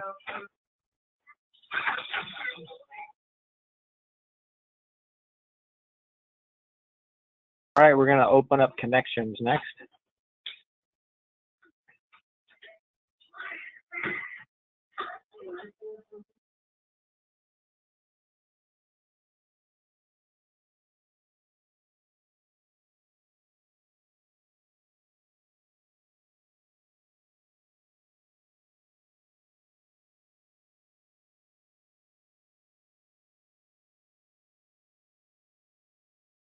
All right, so inside of Wood CAD/CAM, what you would normally call hardware, we call connectors. And we have 3 levels of what we call connections. And the highest level we're looking at is the connection situation. So the connection situation is basically, where can I use this, when can I use it, and where does it go?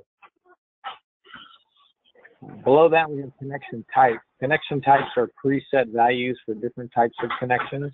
What they do is they set up the attributes or the characteristics for certain types of connections. Attributes or characteristics allow us to set limitations on our hardware. So, simple example would be, hey, I'm setting up a concealed hinge with a 0 millimeter plate. So I may have a attribute in there that says, hey, my gap has to be between 0 and 4 millimeters. So then I go in and I create an article and I say, hey, I need an 8 millimeter gap here, and I try to use that piece of hardware I have set up, and I'm going to get a connection scan. Hey, you can't use this. That would give me the opportunity to say, oh yeah, this is a 0 millimeter plate, so I need to go pick a different connection situation with a different plate. Okay, I need a 9 millimeter plate to do this. So you can kind of idiot-proof your hardware so you don't use it, in a scenario where it's not going to work. Hey, it's an 8 millimeter dowel. I'm trying to stick it into this end of a 1/2 inch piece board here, and it's not going to work. So I have a characteristic that says, hey, in order to use this 8 millimeter dowel, it's got to be at least 5/8 thick. That way, if I stick it on something thinner, a piece of 1/4 inch or 1/2 inch, hey, I get a connection scan. I can't use that. Oh yeah, I've got to go to a 5 millimeter dowel for a 1/2 inch. So these connection types just allow us to preset what those attributes are going to be. It doesn't put the values in there. but it does preset so that we can put the values in ourselves. All right, back to the connection situation.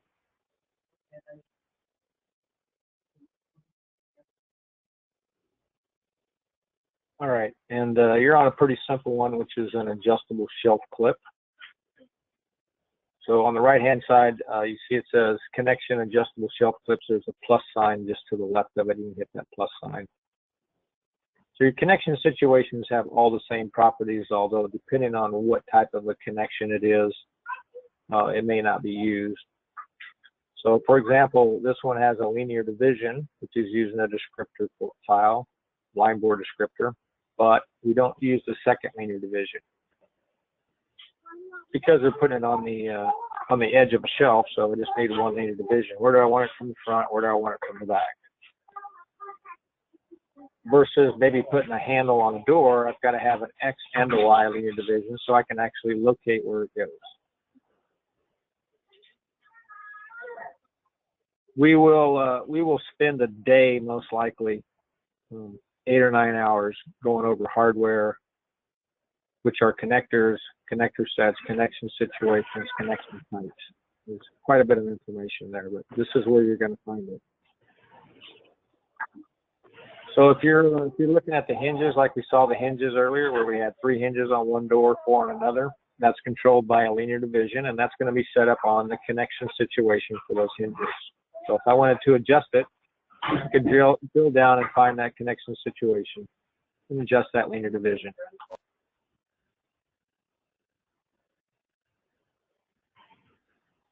Everybody hear me okay? Is there too much commotion going on over here? There's a lot of cutting in and out for me. Sometimes I end up hearing, I think, half your sentence.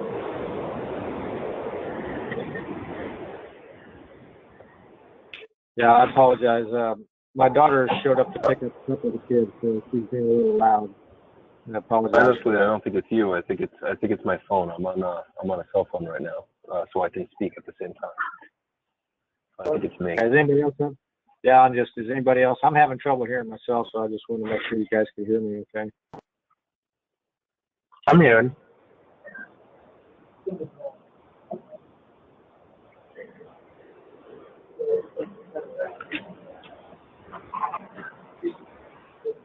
You good? Okay, let's go on. You have a question?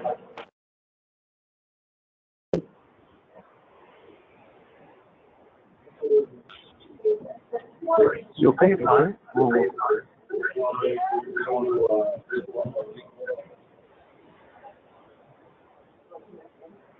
Okay, if that was a question for me, I couldn't make it out. I didn't know what you were saying. Was that just somebody in the background? Okay, we'll move on here. Let's go to parts over there, Brian, on the left in the structure. Parts? Okay.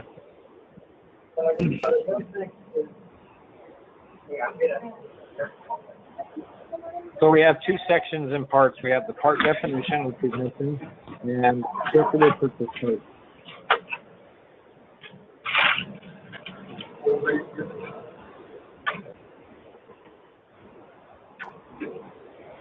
Part definition.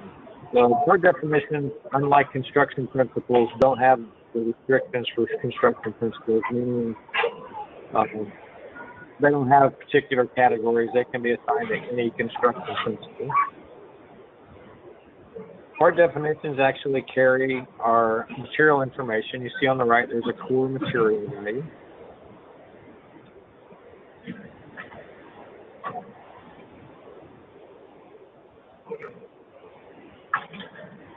Go ahead and on the right side there, Brian, open up that core material, hit that arrow by it.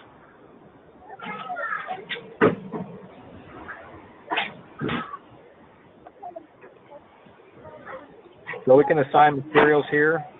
If you hit the ellipsis to the right of that, these materials can be variables. I highly recommend that you make them variables.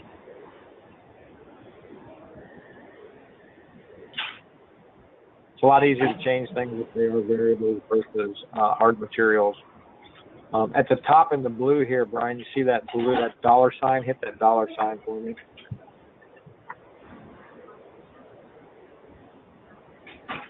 So So in the middle now, we'll see the actual materials. On the left, we've got variables preset. And we'll be covering these in a couple of days, setting all those up for your company. But I do recommend for part definitions you're creating, if you can make them a variable, it makes it a lot easier to change the value. I mean, as you can imagine, if you've got a project, 50 cabinets on it, you know, a total of 1,000 parts.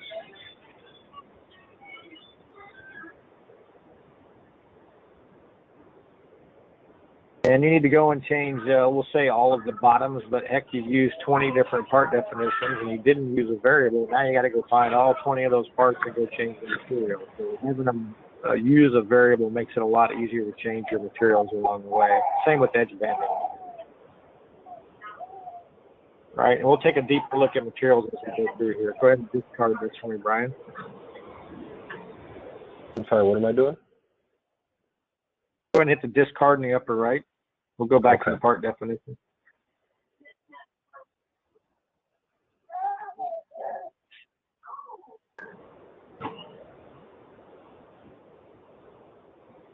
All right, now on the right, you're going to see a drawing of the part, this particular part definition. And WoodCAD can keep track of all the edges no matter what shape the part is. And we have a lot of rectangular parts, but we have a lot of parts that are not rectangles. So here in the middle under part definition, Brian,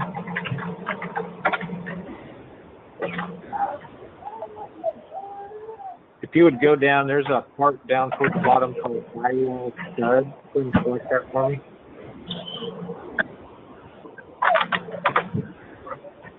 I'm sorry, again, it's just the sound. I'm not, what's it that you want me to select? That one, drywall stud. Okay. Guys, the rest of you, if you'll go over there and mute yourselves, if you're not talking, that'll help out. We're getting a lot of feedback off of all the phones.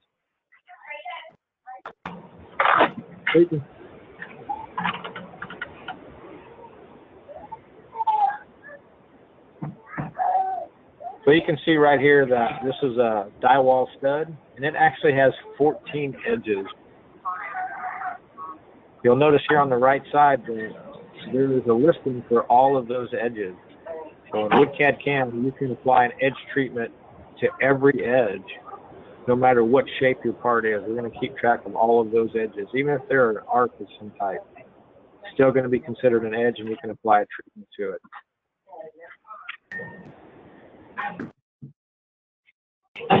All right.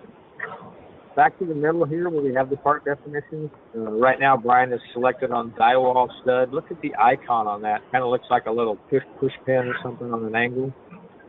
The one right above that looks like a parallelogram. This denotes there are two different types of part definitions. The one we have selected now is just a single part, where the parallelogram is a multiple part, what we call a multiple part with WoodCAD CAM. So a great example of a multiple part would be a spiraling rail door.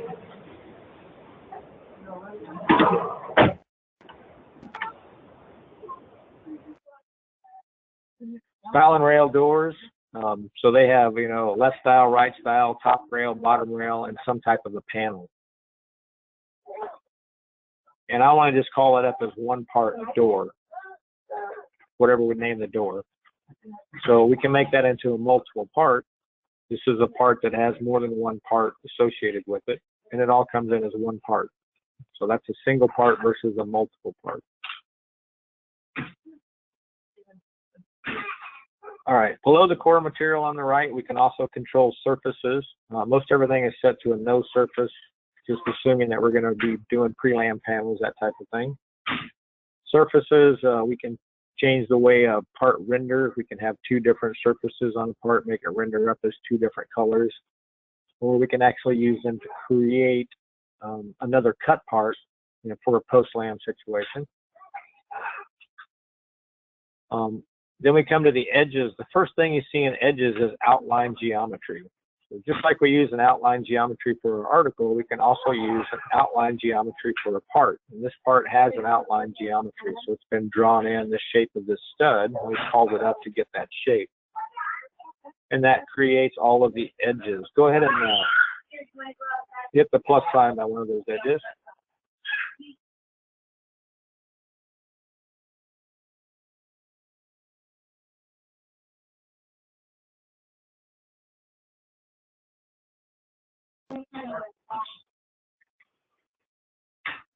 All right, so underneath the edge, so we can pick a treatment, a profile. Remember, profiles are anything you can do to the edge, so we can pick a profile for it. Could be edge banding, it could be a wood edge, it could be a machined edge. We can also assign a purchase part definition. That would be your SPP or your stretchable purchase part. So, I want to have this McCube bumper mold always assigned to the edge of this part definition. So when I bring it in, I've got that bumper mold on that edge or whatever it may be. And we can apply a connection situation. So we can add connections to any edge of any part.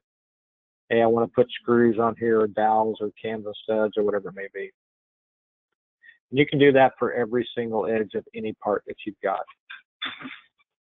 Go ahead and scroll a little bit further down. There's also a section for machining in here.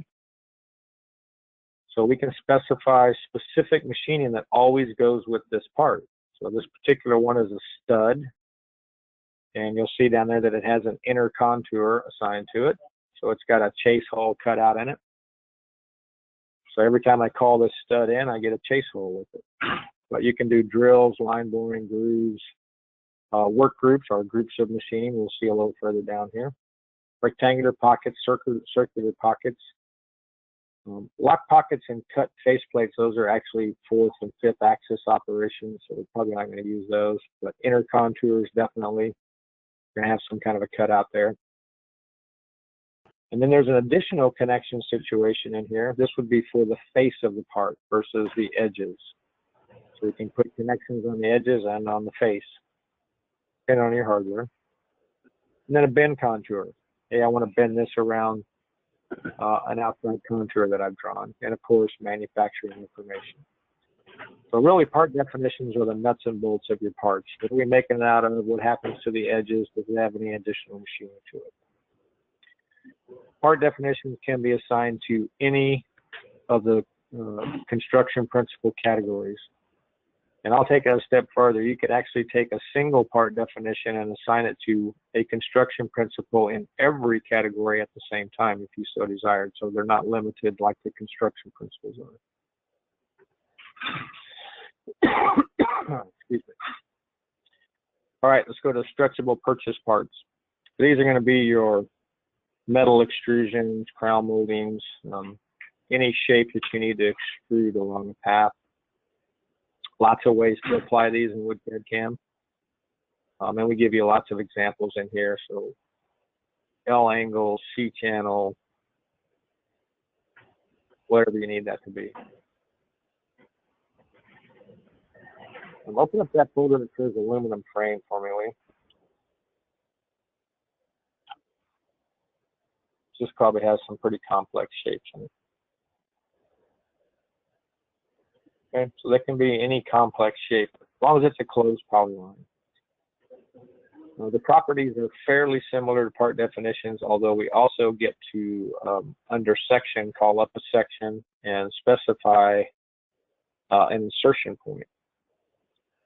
We have dimensions and reference points, so I can reference any point on the polyline that I want to for an insertion point. You can apply these to the edge of parts, you can apply them to the face of parts. You can apply them in AutoCAD by picking points. You can apply them by drawing a polyline path. Lots of ways to use these. So this lets you do any type of an extrusion that you need to for your drawing. And we do capture data for this, links, if you need it, if it's a crown mold or something like that.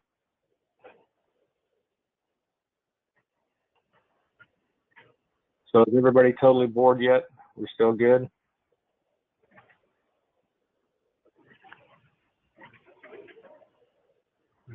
Anybody awake? Hello, hello, hello. Yeah, we're here. Well, my defense, I told you it'd be pretty boring, but it's a necessary evil. You guys need to know where all this stuff is. Yeah. Yep. All right, let's go on to the hardware and machining category. That's it for construction principles. Again, this is a big program. There's a lot of data in here, so got to get familiar with it. All right, connector sets. Like we talked about hardware, there are 3 levels of hardware. We have the actual connector. So the connector is going to be your piece of hardware. That's where we're going to assign a drawing block and any machining that goes with that. Part information, you know, what's the order number, what's the ERP system number, what do we call it, that kind of thing. And then connectors are assigned to connector sets. So connector sets will be 1 or more pieces of hardware. So it could be something as simple as a screw or a dowel, which would just have one connector, 1 piece of hardware.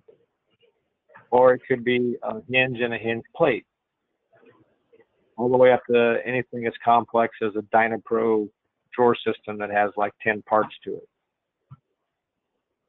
And then those connector sets are used by the connection situations. So that's our 3 levels. There's not a lot of information here in the connector set. That's mainly what's the main connector, any accessories that go with it, and then of course any attributes or restrictions that we have on that connector set. The one we're looking at doesn't have very much to it at all. Yep, go ahead and go on down to the connectors there. So this is the actual hardware. This is where all the data is for the actual hardware.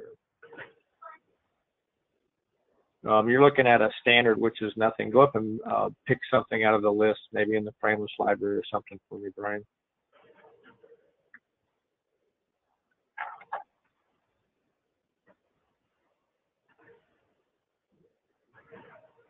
All right, that's fine. So here at the hardware level, yeah, just pick one of those, is fine. At the hardware level, we can do a lot of things. There's part list information. What do we call it? What's the order ID number? Do we have an ERP system number? We can give basic description. We can do pricing, manufacturing information if we're actually going to make it ourselves. We have a metal stuff, we're going to make it ourselves. Any characteristics that would limit this piece of hardware. And then under machinings, go ahead and pop open that subassembly 1 for me there, Brian. This is where we, it's all the way at the bottom here on the right. It says machinings. See where it says subassembly 1, yeah. So here is where we specify which part are we going to place it on. 0 is typically the part you put it on, although you could associate it to other parts.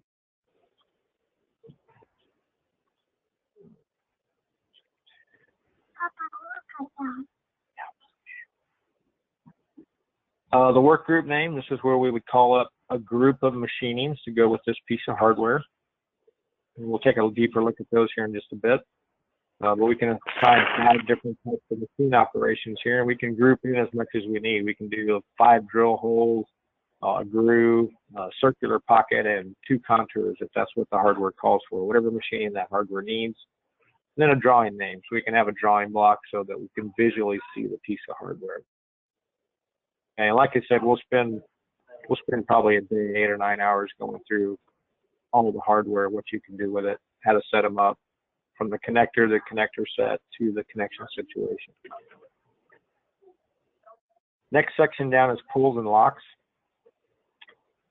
This is a level that's set up that you can only access from a door or a drawer front. Doesn't have very much over there in the settings. So basically we can tell it what type is it. It's either a pull or it's a lock. What connection situation are we using? There's also a 3rd setting here called pull heights. That's actually a grandfathered in setting for people who are upgrading from older versions. They can use that, but we're not using it with this database that you have. That's actually the next section down, pull heights. There's only 1 sample in here for you because we're not using it with this database. Just kind of grandfathered in. We didn't used to have the ability to do a linear division X and Y, and we have that now, so we don't really need these. Next section down is our work groups. These are our groups of machining that we typically assign to our hardware, where we can assign them to a part definition. So these can be groups of machining. You can have as many different machine operations in a group as you want. Basically, we tell it what is the machining, where are we putting it at. We can rotate it in all 3 axes. Drill diameters if you need them, drill depths, route depths, any of that kind of stuff. Yeah, right there where it says groove, Brian, hit that drop down box. See, it has a drop down on groove. Yeah. So these are the 5 types of operations you can set up. You can do a hole, which is a drill operation of some type. You can do a groove, which is a route, usually a straight line route. Drop the box down again. You can also do a rectangular pocket, do a circular pocket, or a contour, any polyline shape that you can draw in your inner contours. And you can add in as many different machine operations into one work group as you need to use for that piece of hardware. And this piece of hardware gets 6 drill holes and a groove and some shape that we've drawn in AutoCAD.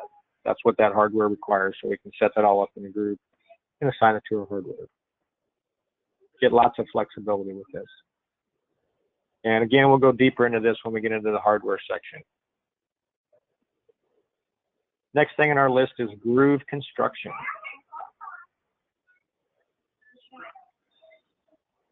This is going to let us set up any type of a dado that we need or a groove. Yeah, no, don't say that. You're going to say no there.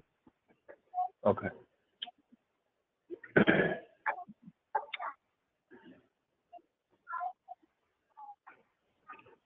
Right, so you can set up as many different groove connections as you need.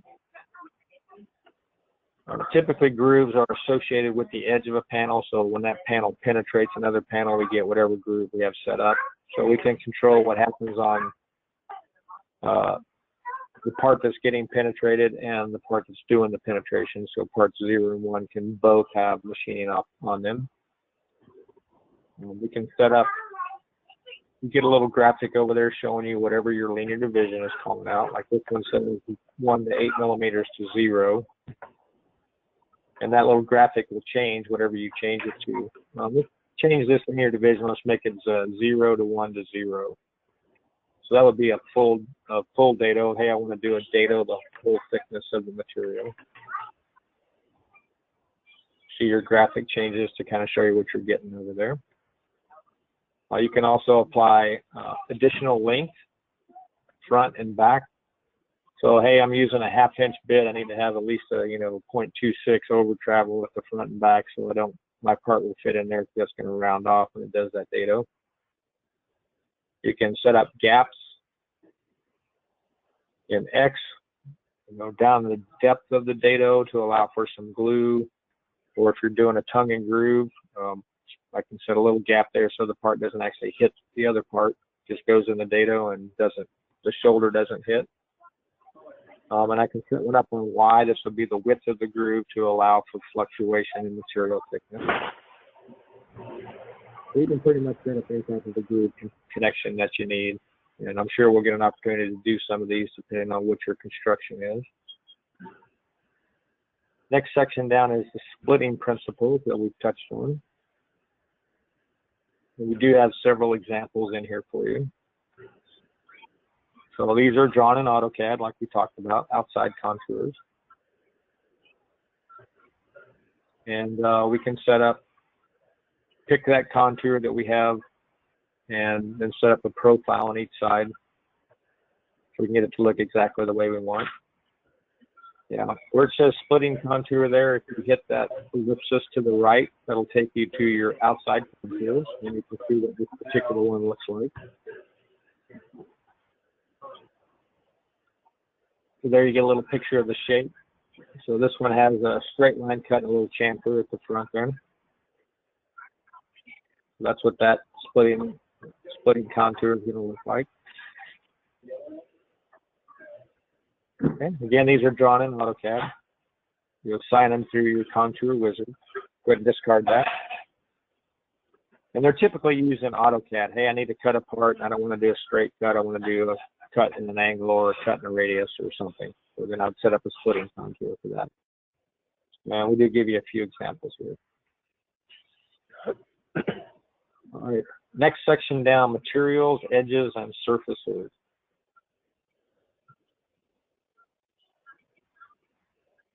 So first of all are our materials. And we accessed this just a minute ago through the part definition. So we assign materials to our part definition.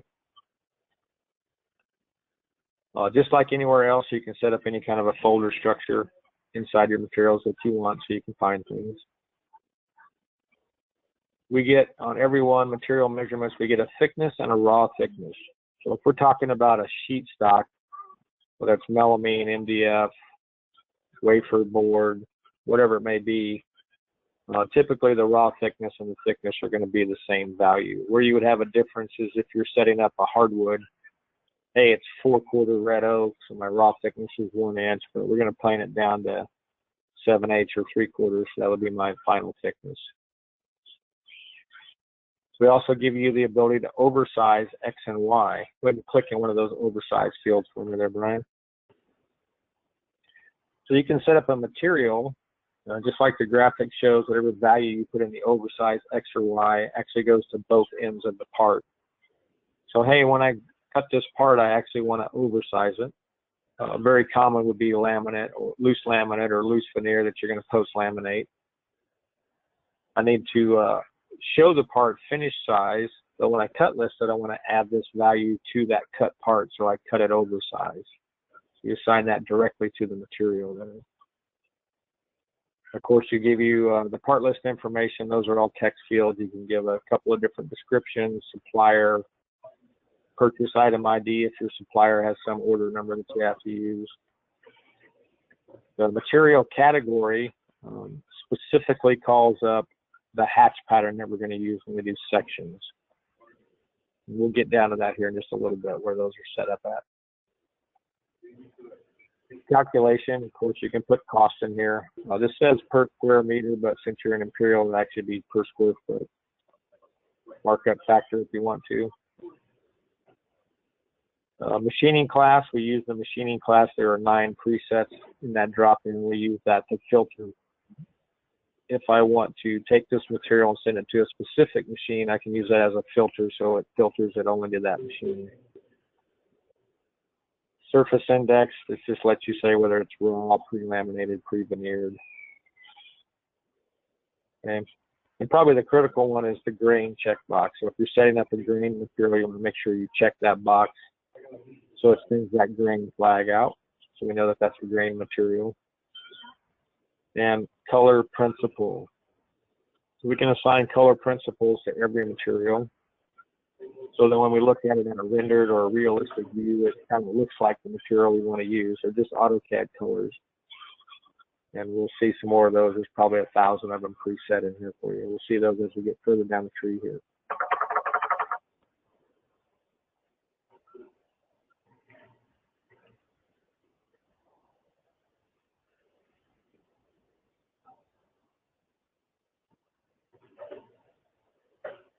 All right, next is our surfaces. So again, surfaces have 2 purposes, either for rendering. We want to see something look a certain way on 2 different sides of the panel, or we're setting up a post-lam or post-veneer situation. As far as the information on the right, it's very similar to the materials. It looks a lot alike. The big difference is that checkbox for generate parts and part list and bill of materials. So if I were setting up a piece of material to post laminate, so I get an extra cut part, I would check that box. Go ahead and check that for me, Brian. This will open up another field and let me go pick the actual material, the laminate or the veneer or whatever it is I'm using for my surface. Okay. Other than that, all the fields are pretty much the same as they are in the material. Get part list information where you can give descriptions and all that kind of good stuff. Cross sections, calculations, whether or not it's grain, surface type, and a color principle also for your surface. Profiles, next in our list. Profiles, again, anything that you can do to the edge of a part is considered a profile. This is where you're going to set up your 1 mil PVC, 3 mil PVC, hardwood edges, machined edges, whatever you want those to be. And of course, we create those through the Contour Wizard. You get a little picture there on the right showing you the edge. This is what's going to happen at the edge of this particular one.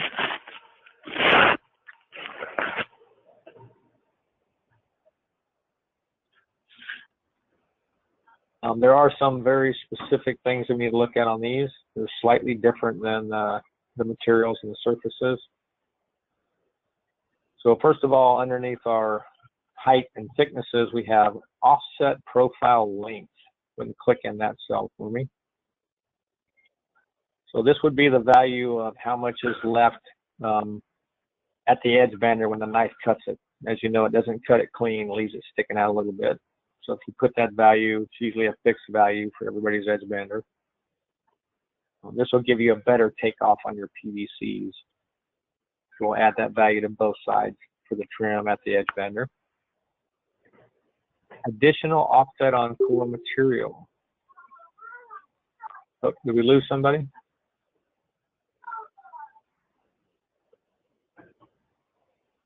All right. Additional offset on the core material. Brian, do you guys pre-mill at your edge bander? Yes. Okay, so this is going to be the value of the pre-mill. Is it a fixed value or is it per material? Per material?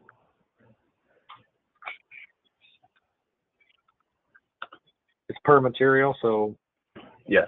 whatever you pre-mill off whatever the thickness of the material is. Yep, exactly. Okay. So what you'll want to do is whatever thickness your material is, whatever you're putting in there for your thickness, you'll want to put that same value in this additional offset on core material.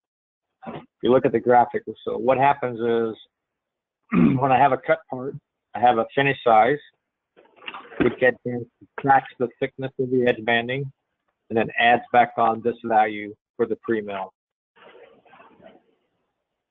So you want to make sure whatever edge bandings you set up or whatever you're using, you've got that value put in there so that your part ends up the finished size.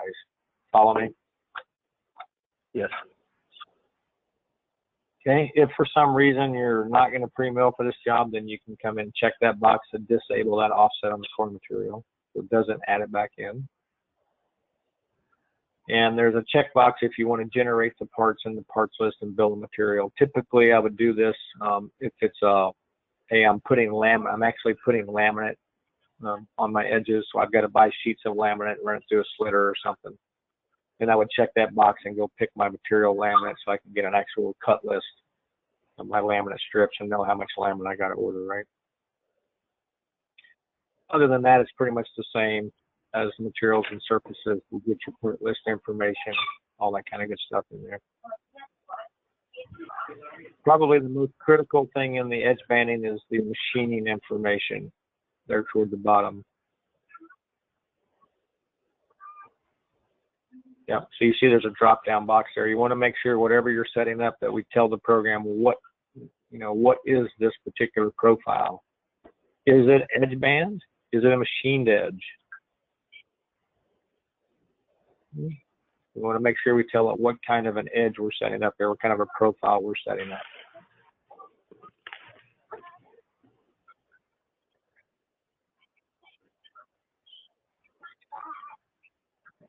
All right. Then you'll notice that there are several different heights listed in here. So maybe your edge banding comes in several different heights. So you want to set one up for each height.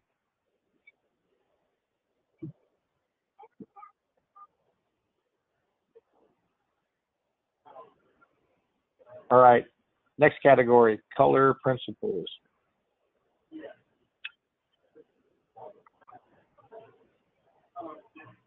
So these are really just your AutoCAD, say no there. These are really just your AutoCAD colors. We assign color principles to materials, surfaces, and profiles for rendering and realistic view purposes. So we see that material, we see that edge, we see that surface. It actually looks like what we want it to. And since they're AutoCAD materials, you can actually create your own. So let's say you're using some special Wilson Art color. You can get a JPEG from Wilson Art or snap a picture with your smartphone and put it in there and create that create that today. So when you do your realistic view, it looks like it's supposed to look. But again, we probably got about 1,000 different colors and textures set up in here for you. All right, next section, contours.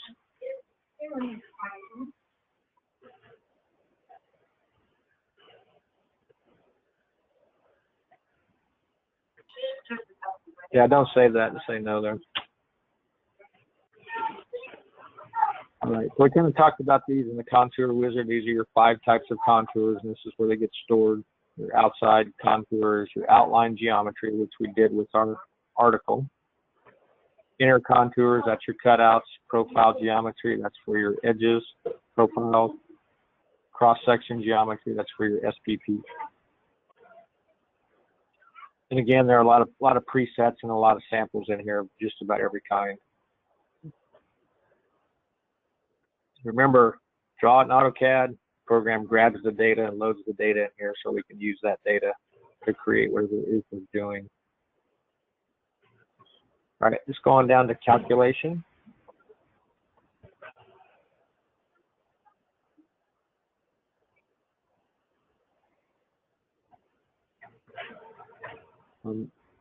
So there's an extra module that you can buy to attach to WCAD CAM for estimating. That's what this calculation is all about. So it lets you set up customer data and delivery and payment conditions. I don't think you guys have that module, so it's probably not anything you're going to mess with. But we do have at least one sample of everything in here for you. Let's go on to outputs. So this is where you're going to find all of your reports. And there's an option to put tables in here. We do have one sample for a table. So this will let you set up a table that gets placed on your drawings in AutoCAD. The difficult part about the tables is you do have to write a SQL query to query the database to get whatever data you're going to put into the table. So we just have one simple sample here for you, if that's something that you want to do. And then next are your reports. These are all the stock reports that come with this database. And really probably all you're going to do here is if you wanted to click a custom report, you're probably going to export one of these out, modify it in the report builder, and then bring it back in, give it a new name, create a custom report. The report builder gets loaded automatically when you install the program. Brian, if you go down to your start menu for me, I'll show you where that's at. Go into all your programs.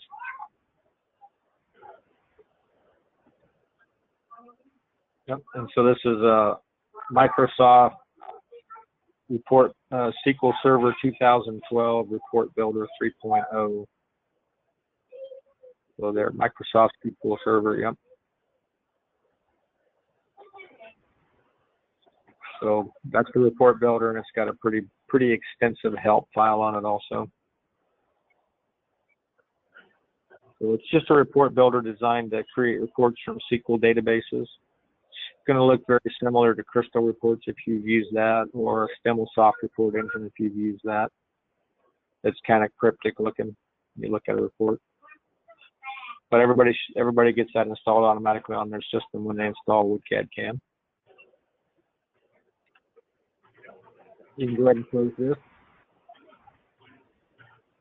So inside the outputs, the reports, if you're looking at a report, you have one selected, you'll see here on the right, there are 2 arrows. There's an up arrow and a down arrow. So one is export and one's an import. So you could export any reports out there, .rdl file extension. You could export one out to your desktop or something and then double click it. It'll open right up in that report builder. It's already preset. And you can make it whatever modifications you want. You know, change the logo, change the font, move stuff around, whatever you're going to do, and then import it back in.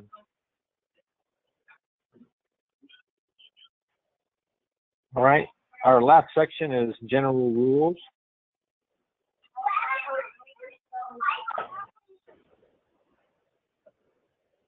And the first one is construction rules.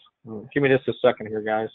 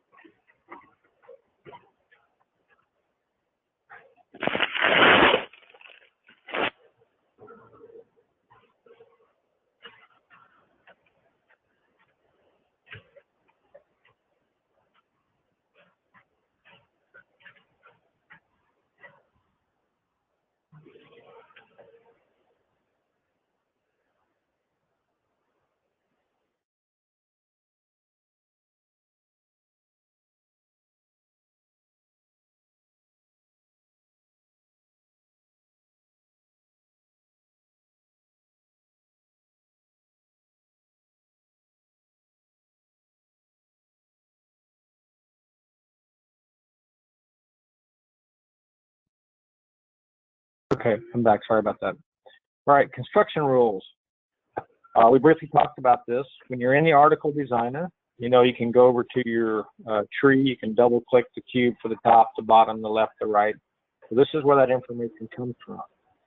This is where we store the default parts when we're in article designer. If you don't pick a construction rule, it automatically goes to standard that we're looking at right now. So you see here on the right, the construction principles selected for each of those cubes that we can double click and pick our parts. Okay, and most all of these for the standard we have set up as a variable because we don't really know what you're going to want to begin with. So it's a variable and we can assign whatever we want to those variables. You can set up more construction rules in here so that you get the type of parts that you want. Let's do a little experiment here. Let's go ahead and close this, if you would, Brian, and let's do a new top view article.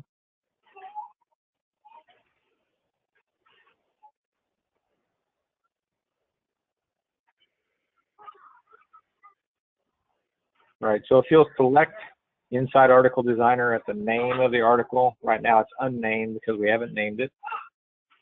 Down here on the tab, you'll see Outline Geometry Design Parameter, and there's Construction Rules. Go ahead and check that box next to Construction Rules. And you'll see it automatically populates with Standard.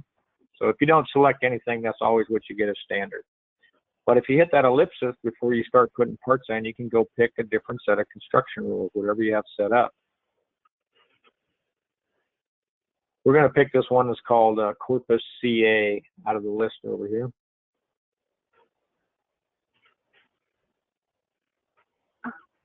Yeah, don't be changing your standard parts there, my man. So pick Corpus CA from the list at the left. You see the list on the left over there? Pick Corpus CA. Yeah. Okay. Yeah, don't worry, we just won't save that one. It says save it, say no. Okay, so this is a cam and stud type construction. You see the part names are all different from what we've been seeing. So go ahead and apply that. Now we know if we when we've been using it before with this new database, if we double click that top, we begin rails. Let's double click the top now, and we get something with a cam construction. Go ahead and just stick all the parts and make a box, and we'll draw it up. So you can set up any set of construction rules that you want. So you could have a dowel construction, screw construction, fasten link construction, cam and stud, whatever you want to have. And when you come into Article Designer, you pick that construction rule and automatically get all those parts. And so you can see when you draw this up, this is a cam and stud type construction.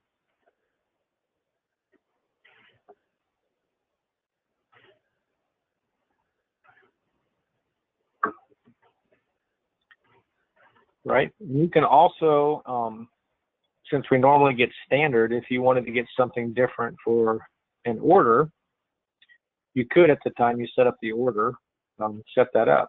So if you go to the System tab and do a Save Order As for me, Brian.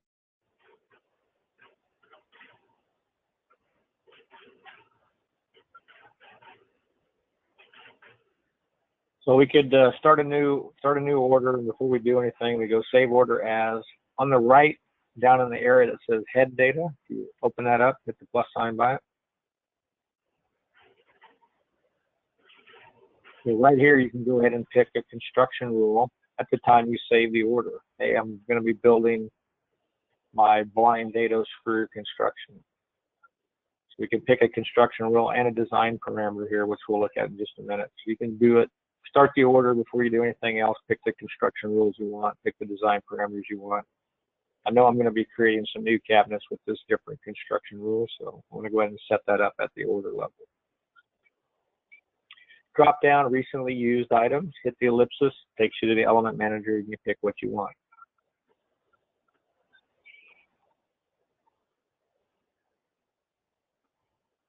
All right, you can cancel out of this. So you can preset that, or you can change it and set it at any time that you're in the order. All right, let's go back to the element manager. Main data tab.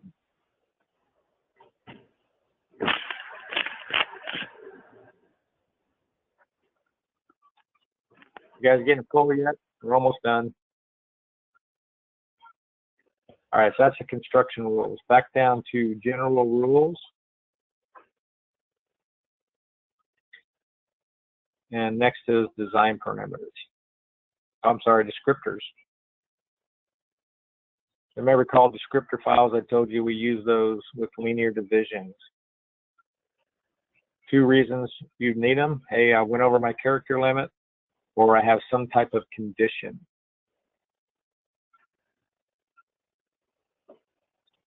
Yeah, just go ahead and pick one of those.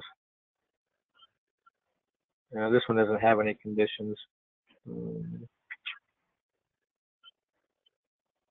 Try another one.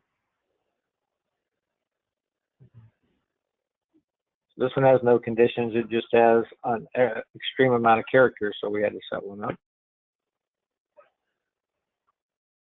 Try that one that says blue tree screw standard. I know that one's got conditions on. All right, so this one has some conditions.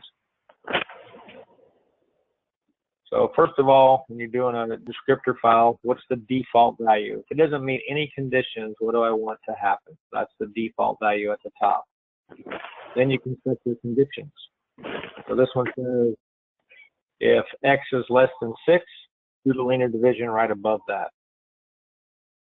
If it doesn't meet that condition, we go to the next one. Okay, if X is greater than or equal to 6, but less than 18, then do the linear division right above that. If it doesn't meet that condition, X is greater than or equal to 18, but less than 28, do the linear division right above that. Doesn't meet any of the conditions here, then we're going to do the default value. So that's a descriptor file. And they're actually pretty easy to work with. So as we get deeper into setting up your construction, I'm sure I'm going to ask the question and somebody's going to say, well, if that tells me I've got a condition, so I need a descriptor file. All right, let's go on to design parameters there.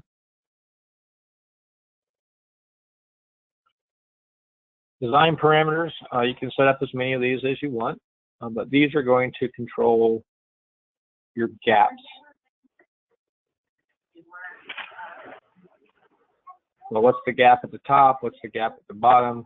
Right, angle, horizontal, vertical, so on and so forth. The standard one is just set up with hard values, basically 3 millimeters. Open up frameless library.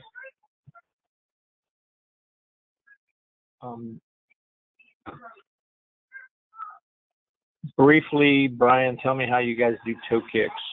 Do you do notched in panels to the floor, ladder style bases? Do you do adjustable ladder feet? style? Ladder style. construction. Yeah. Yep. So pick that next one down. That'll be yours. BU US legs. This one's set up for either ladder style bases or adjustable feet. And so you'll see all the gaps at the right are set up as variables.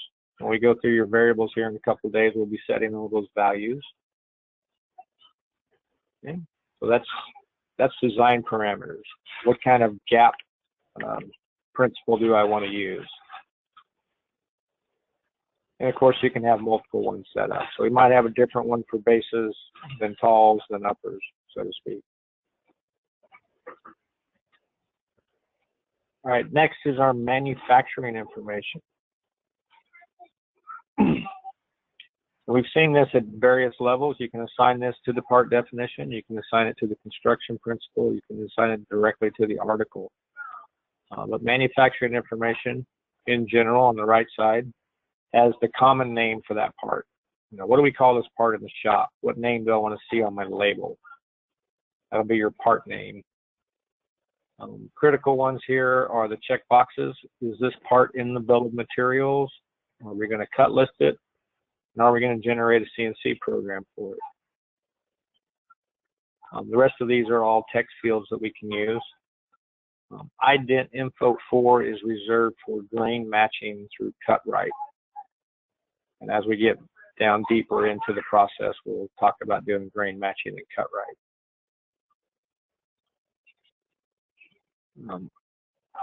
Next, we have article category. Let's skip that one for a second. Let's go to material category.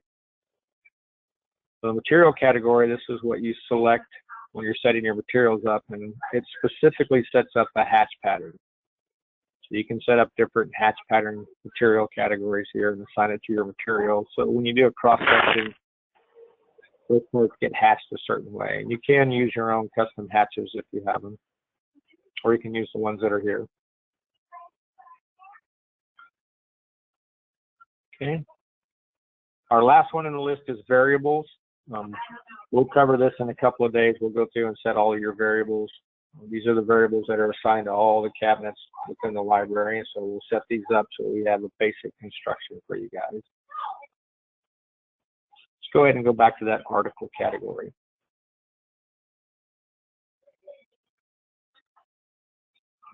So article categories, these are used in conjunction with the quick insert mode.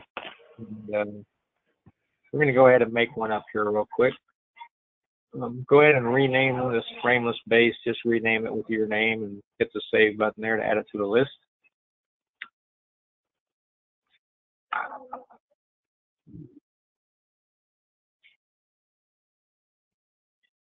Okay, so what we do is we tell it what catch points we want to have. So it's used with quick insert mode, which means when I have quick insert mode on, every time I add a cabinet to the job, it's automatically going to add it to the last cabinet that was added, and it puts it on the right side. And so what catch points do I want it to catch? For me, the best ones are to use the bottom back, top back, left and right. So that's the ones that are selected here. You can also put contiguous parts onto these. So we're going to add in a work surface just for fun here. Get that ellipsis by work surface. Drop downs recently used. Ellipsis, go pick what you want. On the left, let's look in the frameless folder up there. Yeah, let's just pick that first one. So this first one always has a backsplash and side splashes. You see over here on the right, our graphic, you see how they're mitered at the front. Let's change that to not mitered, but though at the front, you know. All right, now that's good. Go ahead and apply that. If it asks you to save it, just say yes.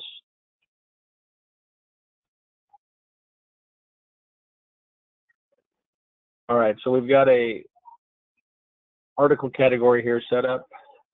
We've got 4 catch points set up, and we're automatically going to get a countertop. Go ahead and save that.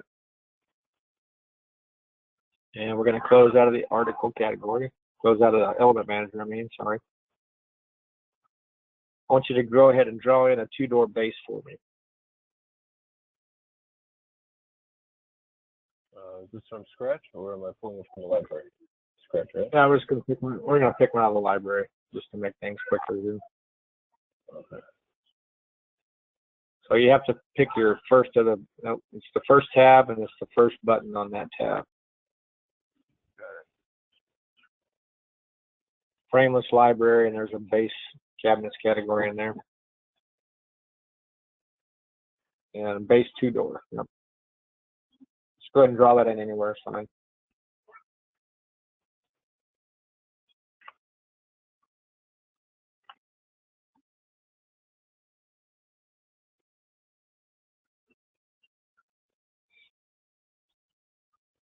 Okay, we're going to go ahead and modify article. From the tree at the left, we're going to pick the name of the article at the top of the tree.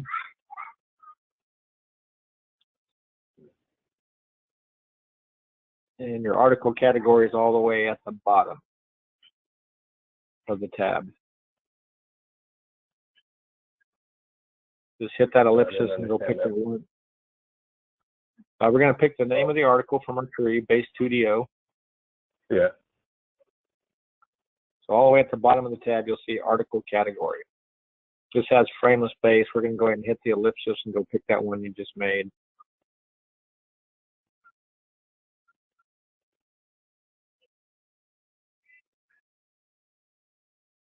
And apply it. Now I want you to hit the save button in the upper left. We're going to do a save as. This is going to be a B2DO in your name.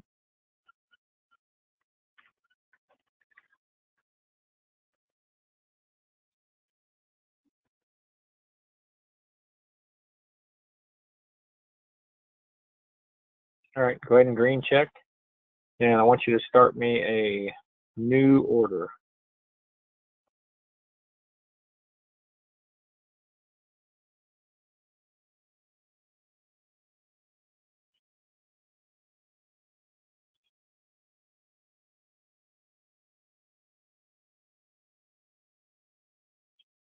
All right, so this only works with article mode, quick insert mode turned on. So you're going to find that down here at the bottom of the AutoCAD window on the right, where we see our model space. And it's the 1, 2, 3, 4, it's the 5th button from the right. Yep, quick insert mode. We're going to turn that on. And I want you to go to your library and draw in that cabinet you just saved with your name.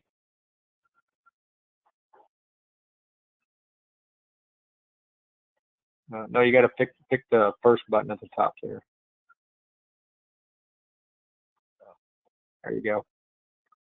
That's the tab. That's the first button. Yep.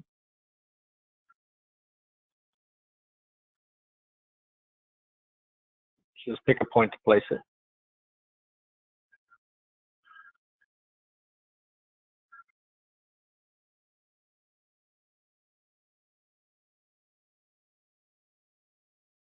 All right. So you'll see that it has those 4 catch points, have the little arrow showing the catch points, and our work surface came in automatically. Go ahead and double click and add another one. It's going to automatically place it to the right of this one. It's going to adjust the catch points, and it's going to adjust the top to fit across both cabinets.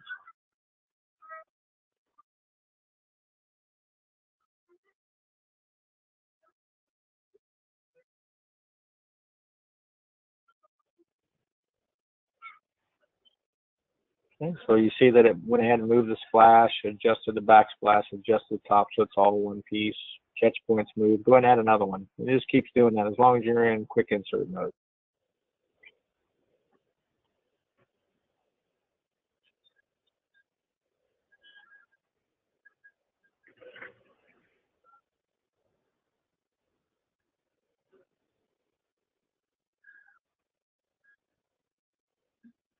Okay, so that could be useful in certain situations.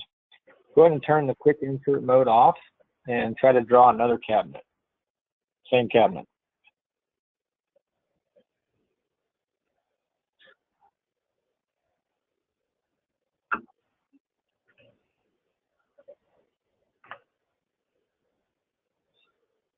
And so you'll see it doesn't automatically place it. Now it's asking you to pick a reference object or place it yourself.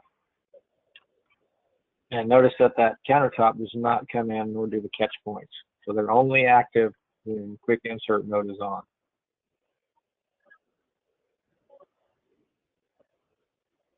Okay, got it? Yep. All right. So I know that was a ton of information. Like I said, I don't really expect anybody to remember all of that. The idea was just to kind of get you familiar with the structure of the database, get you familiar with what some of the things were when we're talking about it, where we might find them.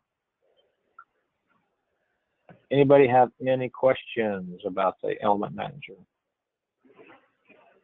Is everybody still awake? Right. Yep, we're awake. Did we turn your brain to mush? Nope. Don't think so. Not yet.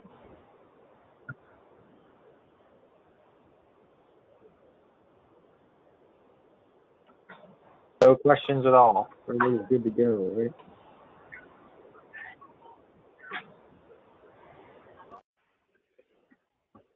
All right.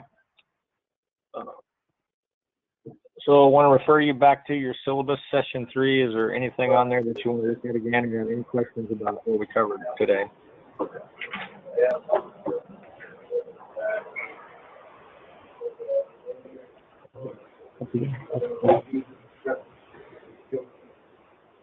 Everybody's good? Yeah. Yeah, I think so. Yeah, Rudy, are you okay signing off on section 3 for me? Yeah, I'll do that. All right, so I'm going to give you your homework now. Everybody looks at the syllabus section 4. We're going to do that tomorrow. So we're going to need you to know everything there is to know about drawers for your company. How do you build them? How do you put them together? What material they're used? What hardware are you using? Everything about drawers. We're going to cover drawers and set up your company drawer boxes tomorrow, along with a few other items we're going to cover. Okay, so that's your homework. Make sure you know all that. All right, I'll get that together. Awesome.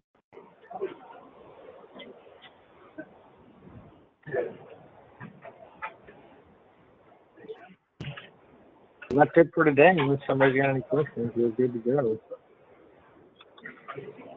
Questions? Anybody? Anything? Questions? No? You got it?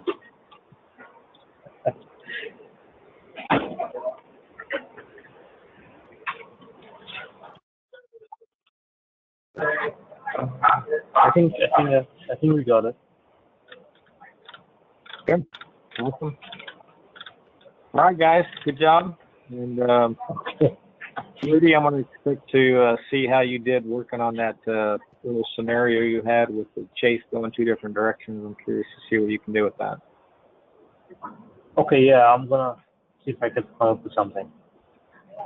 Okay. Awesome.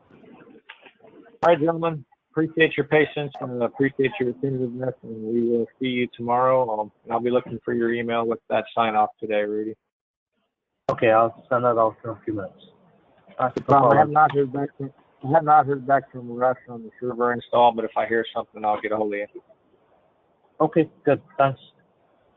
All right, guys. Have a good rest of the day, and see you tomorrow. Bye-bye. Take care. Bye.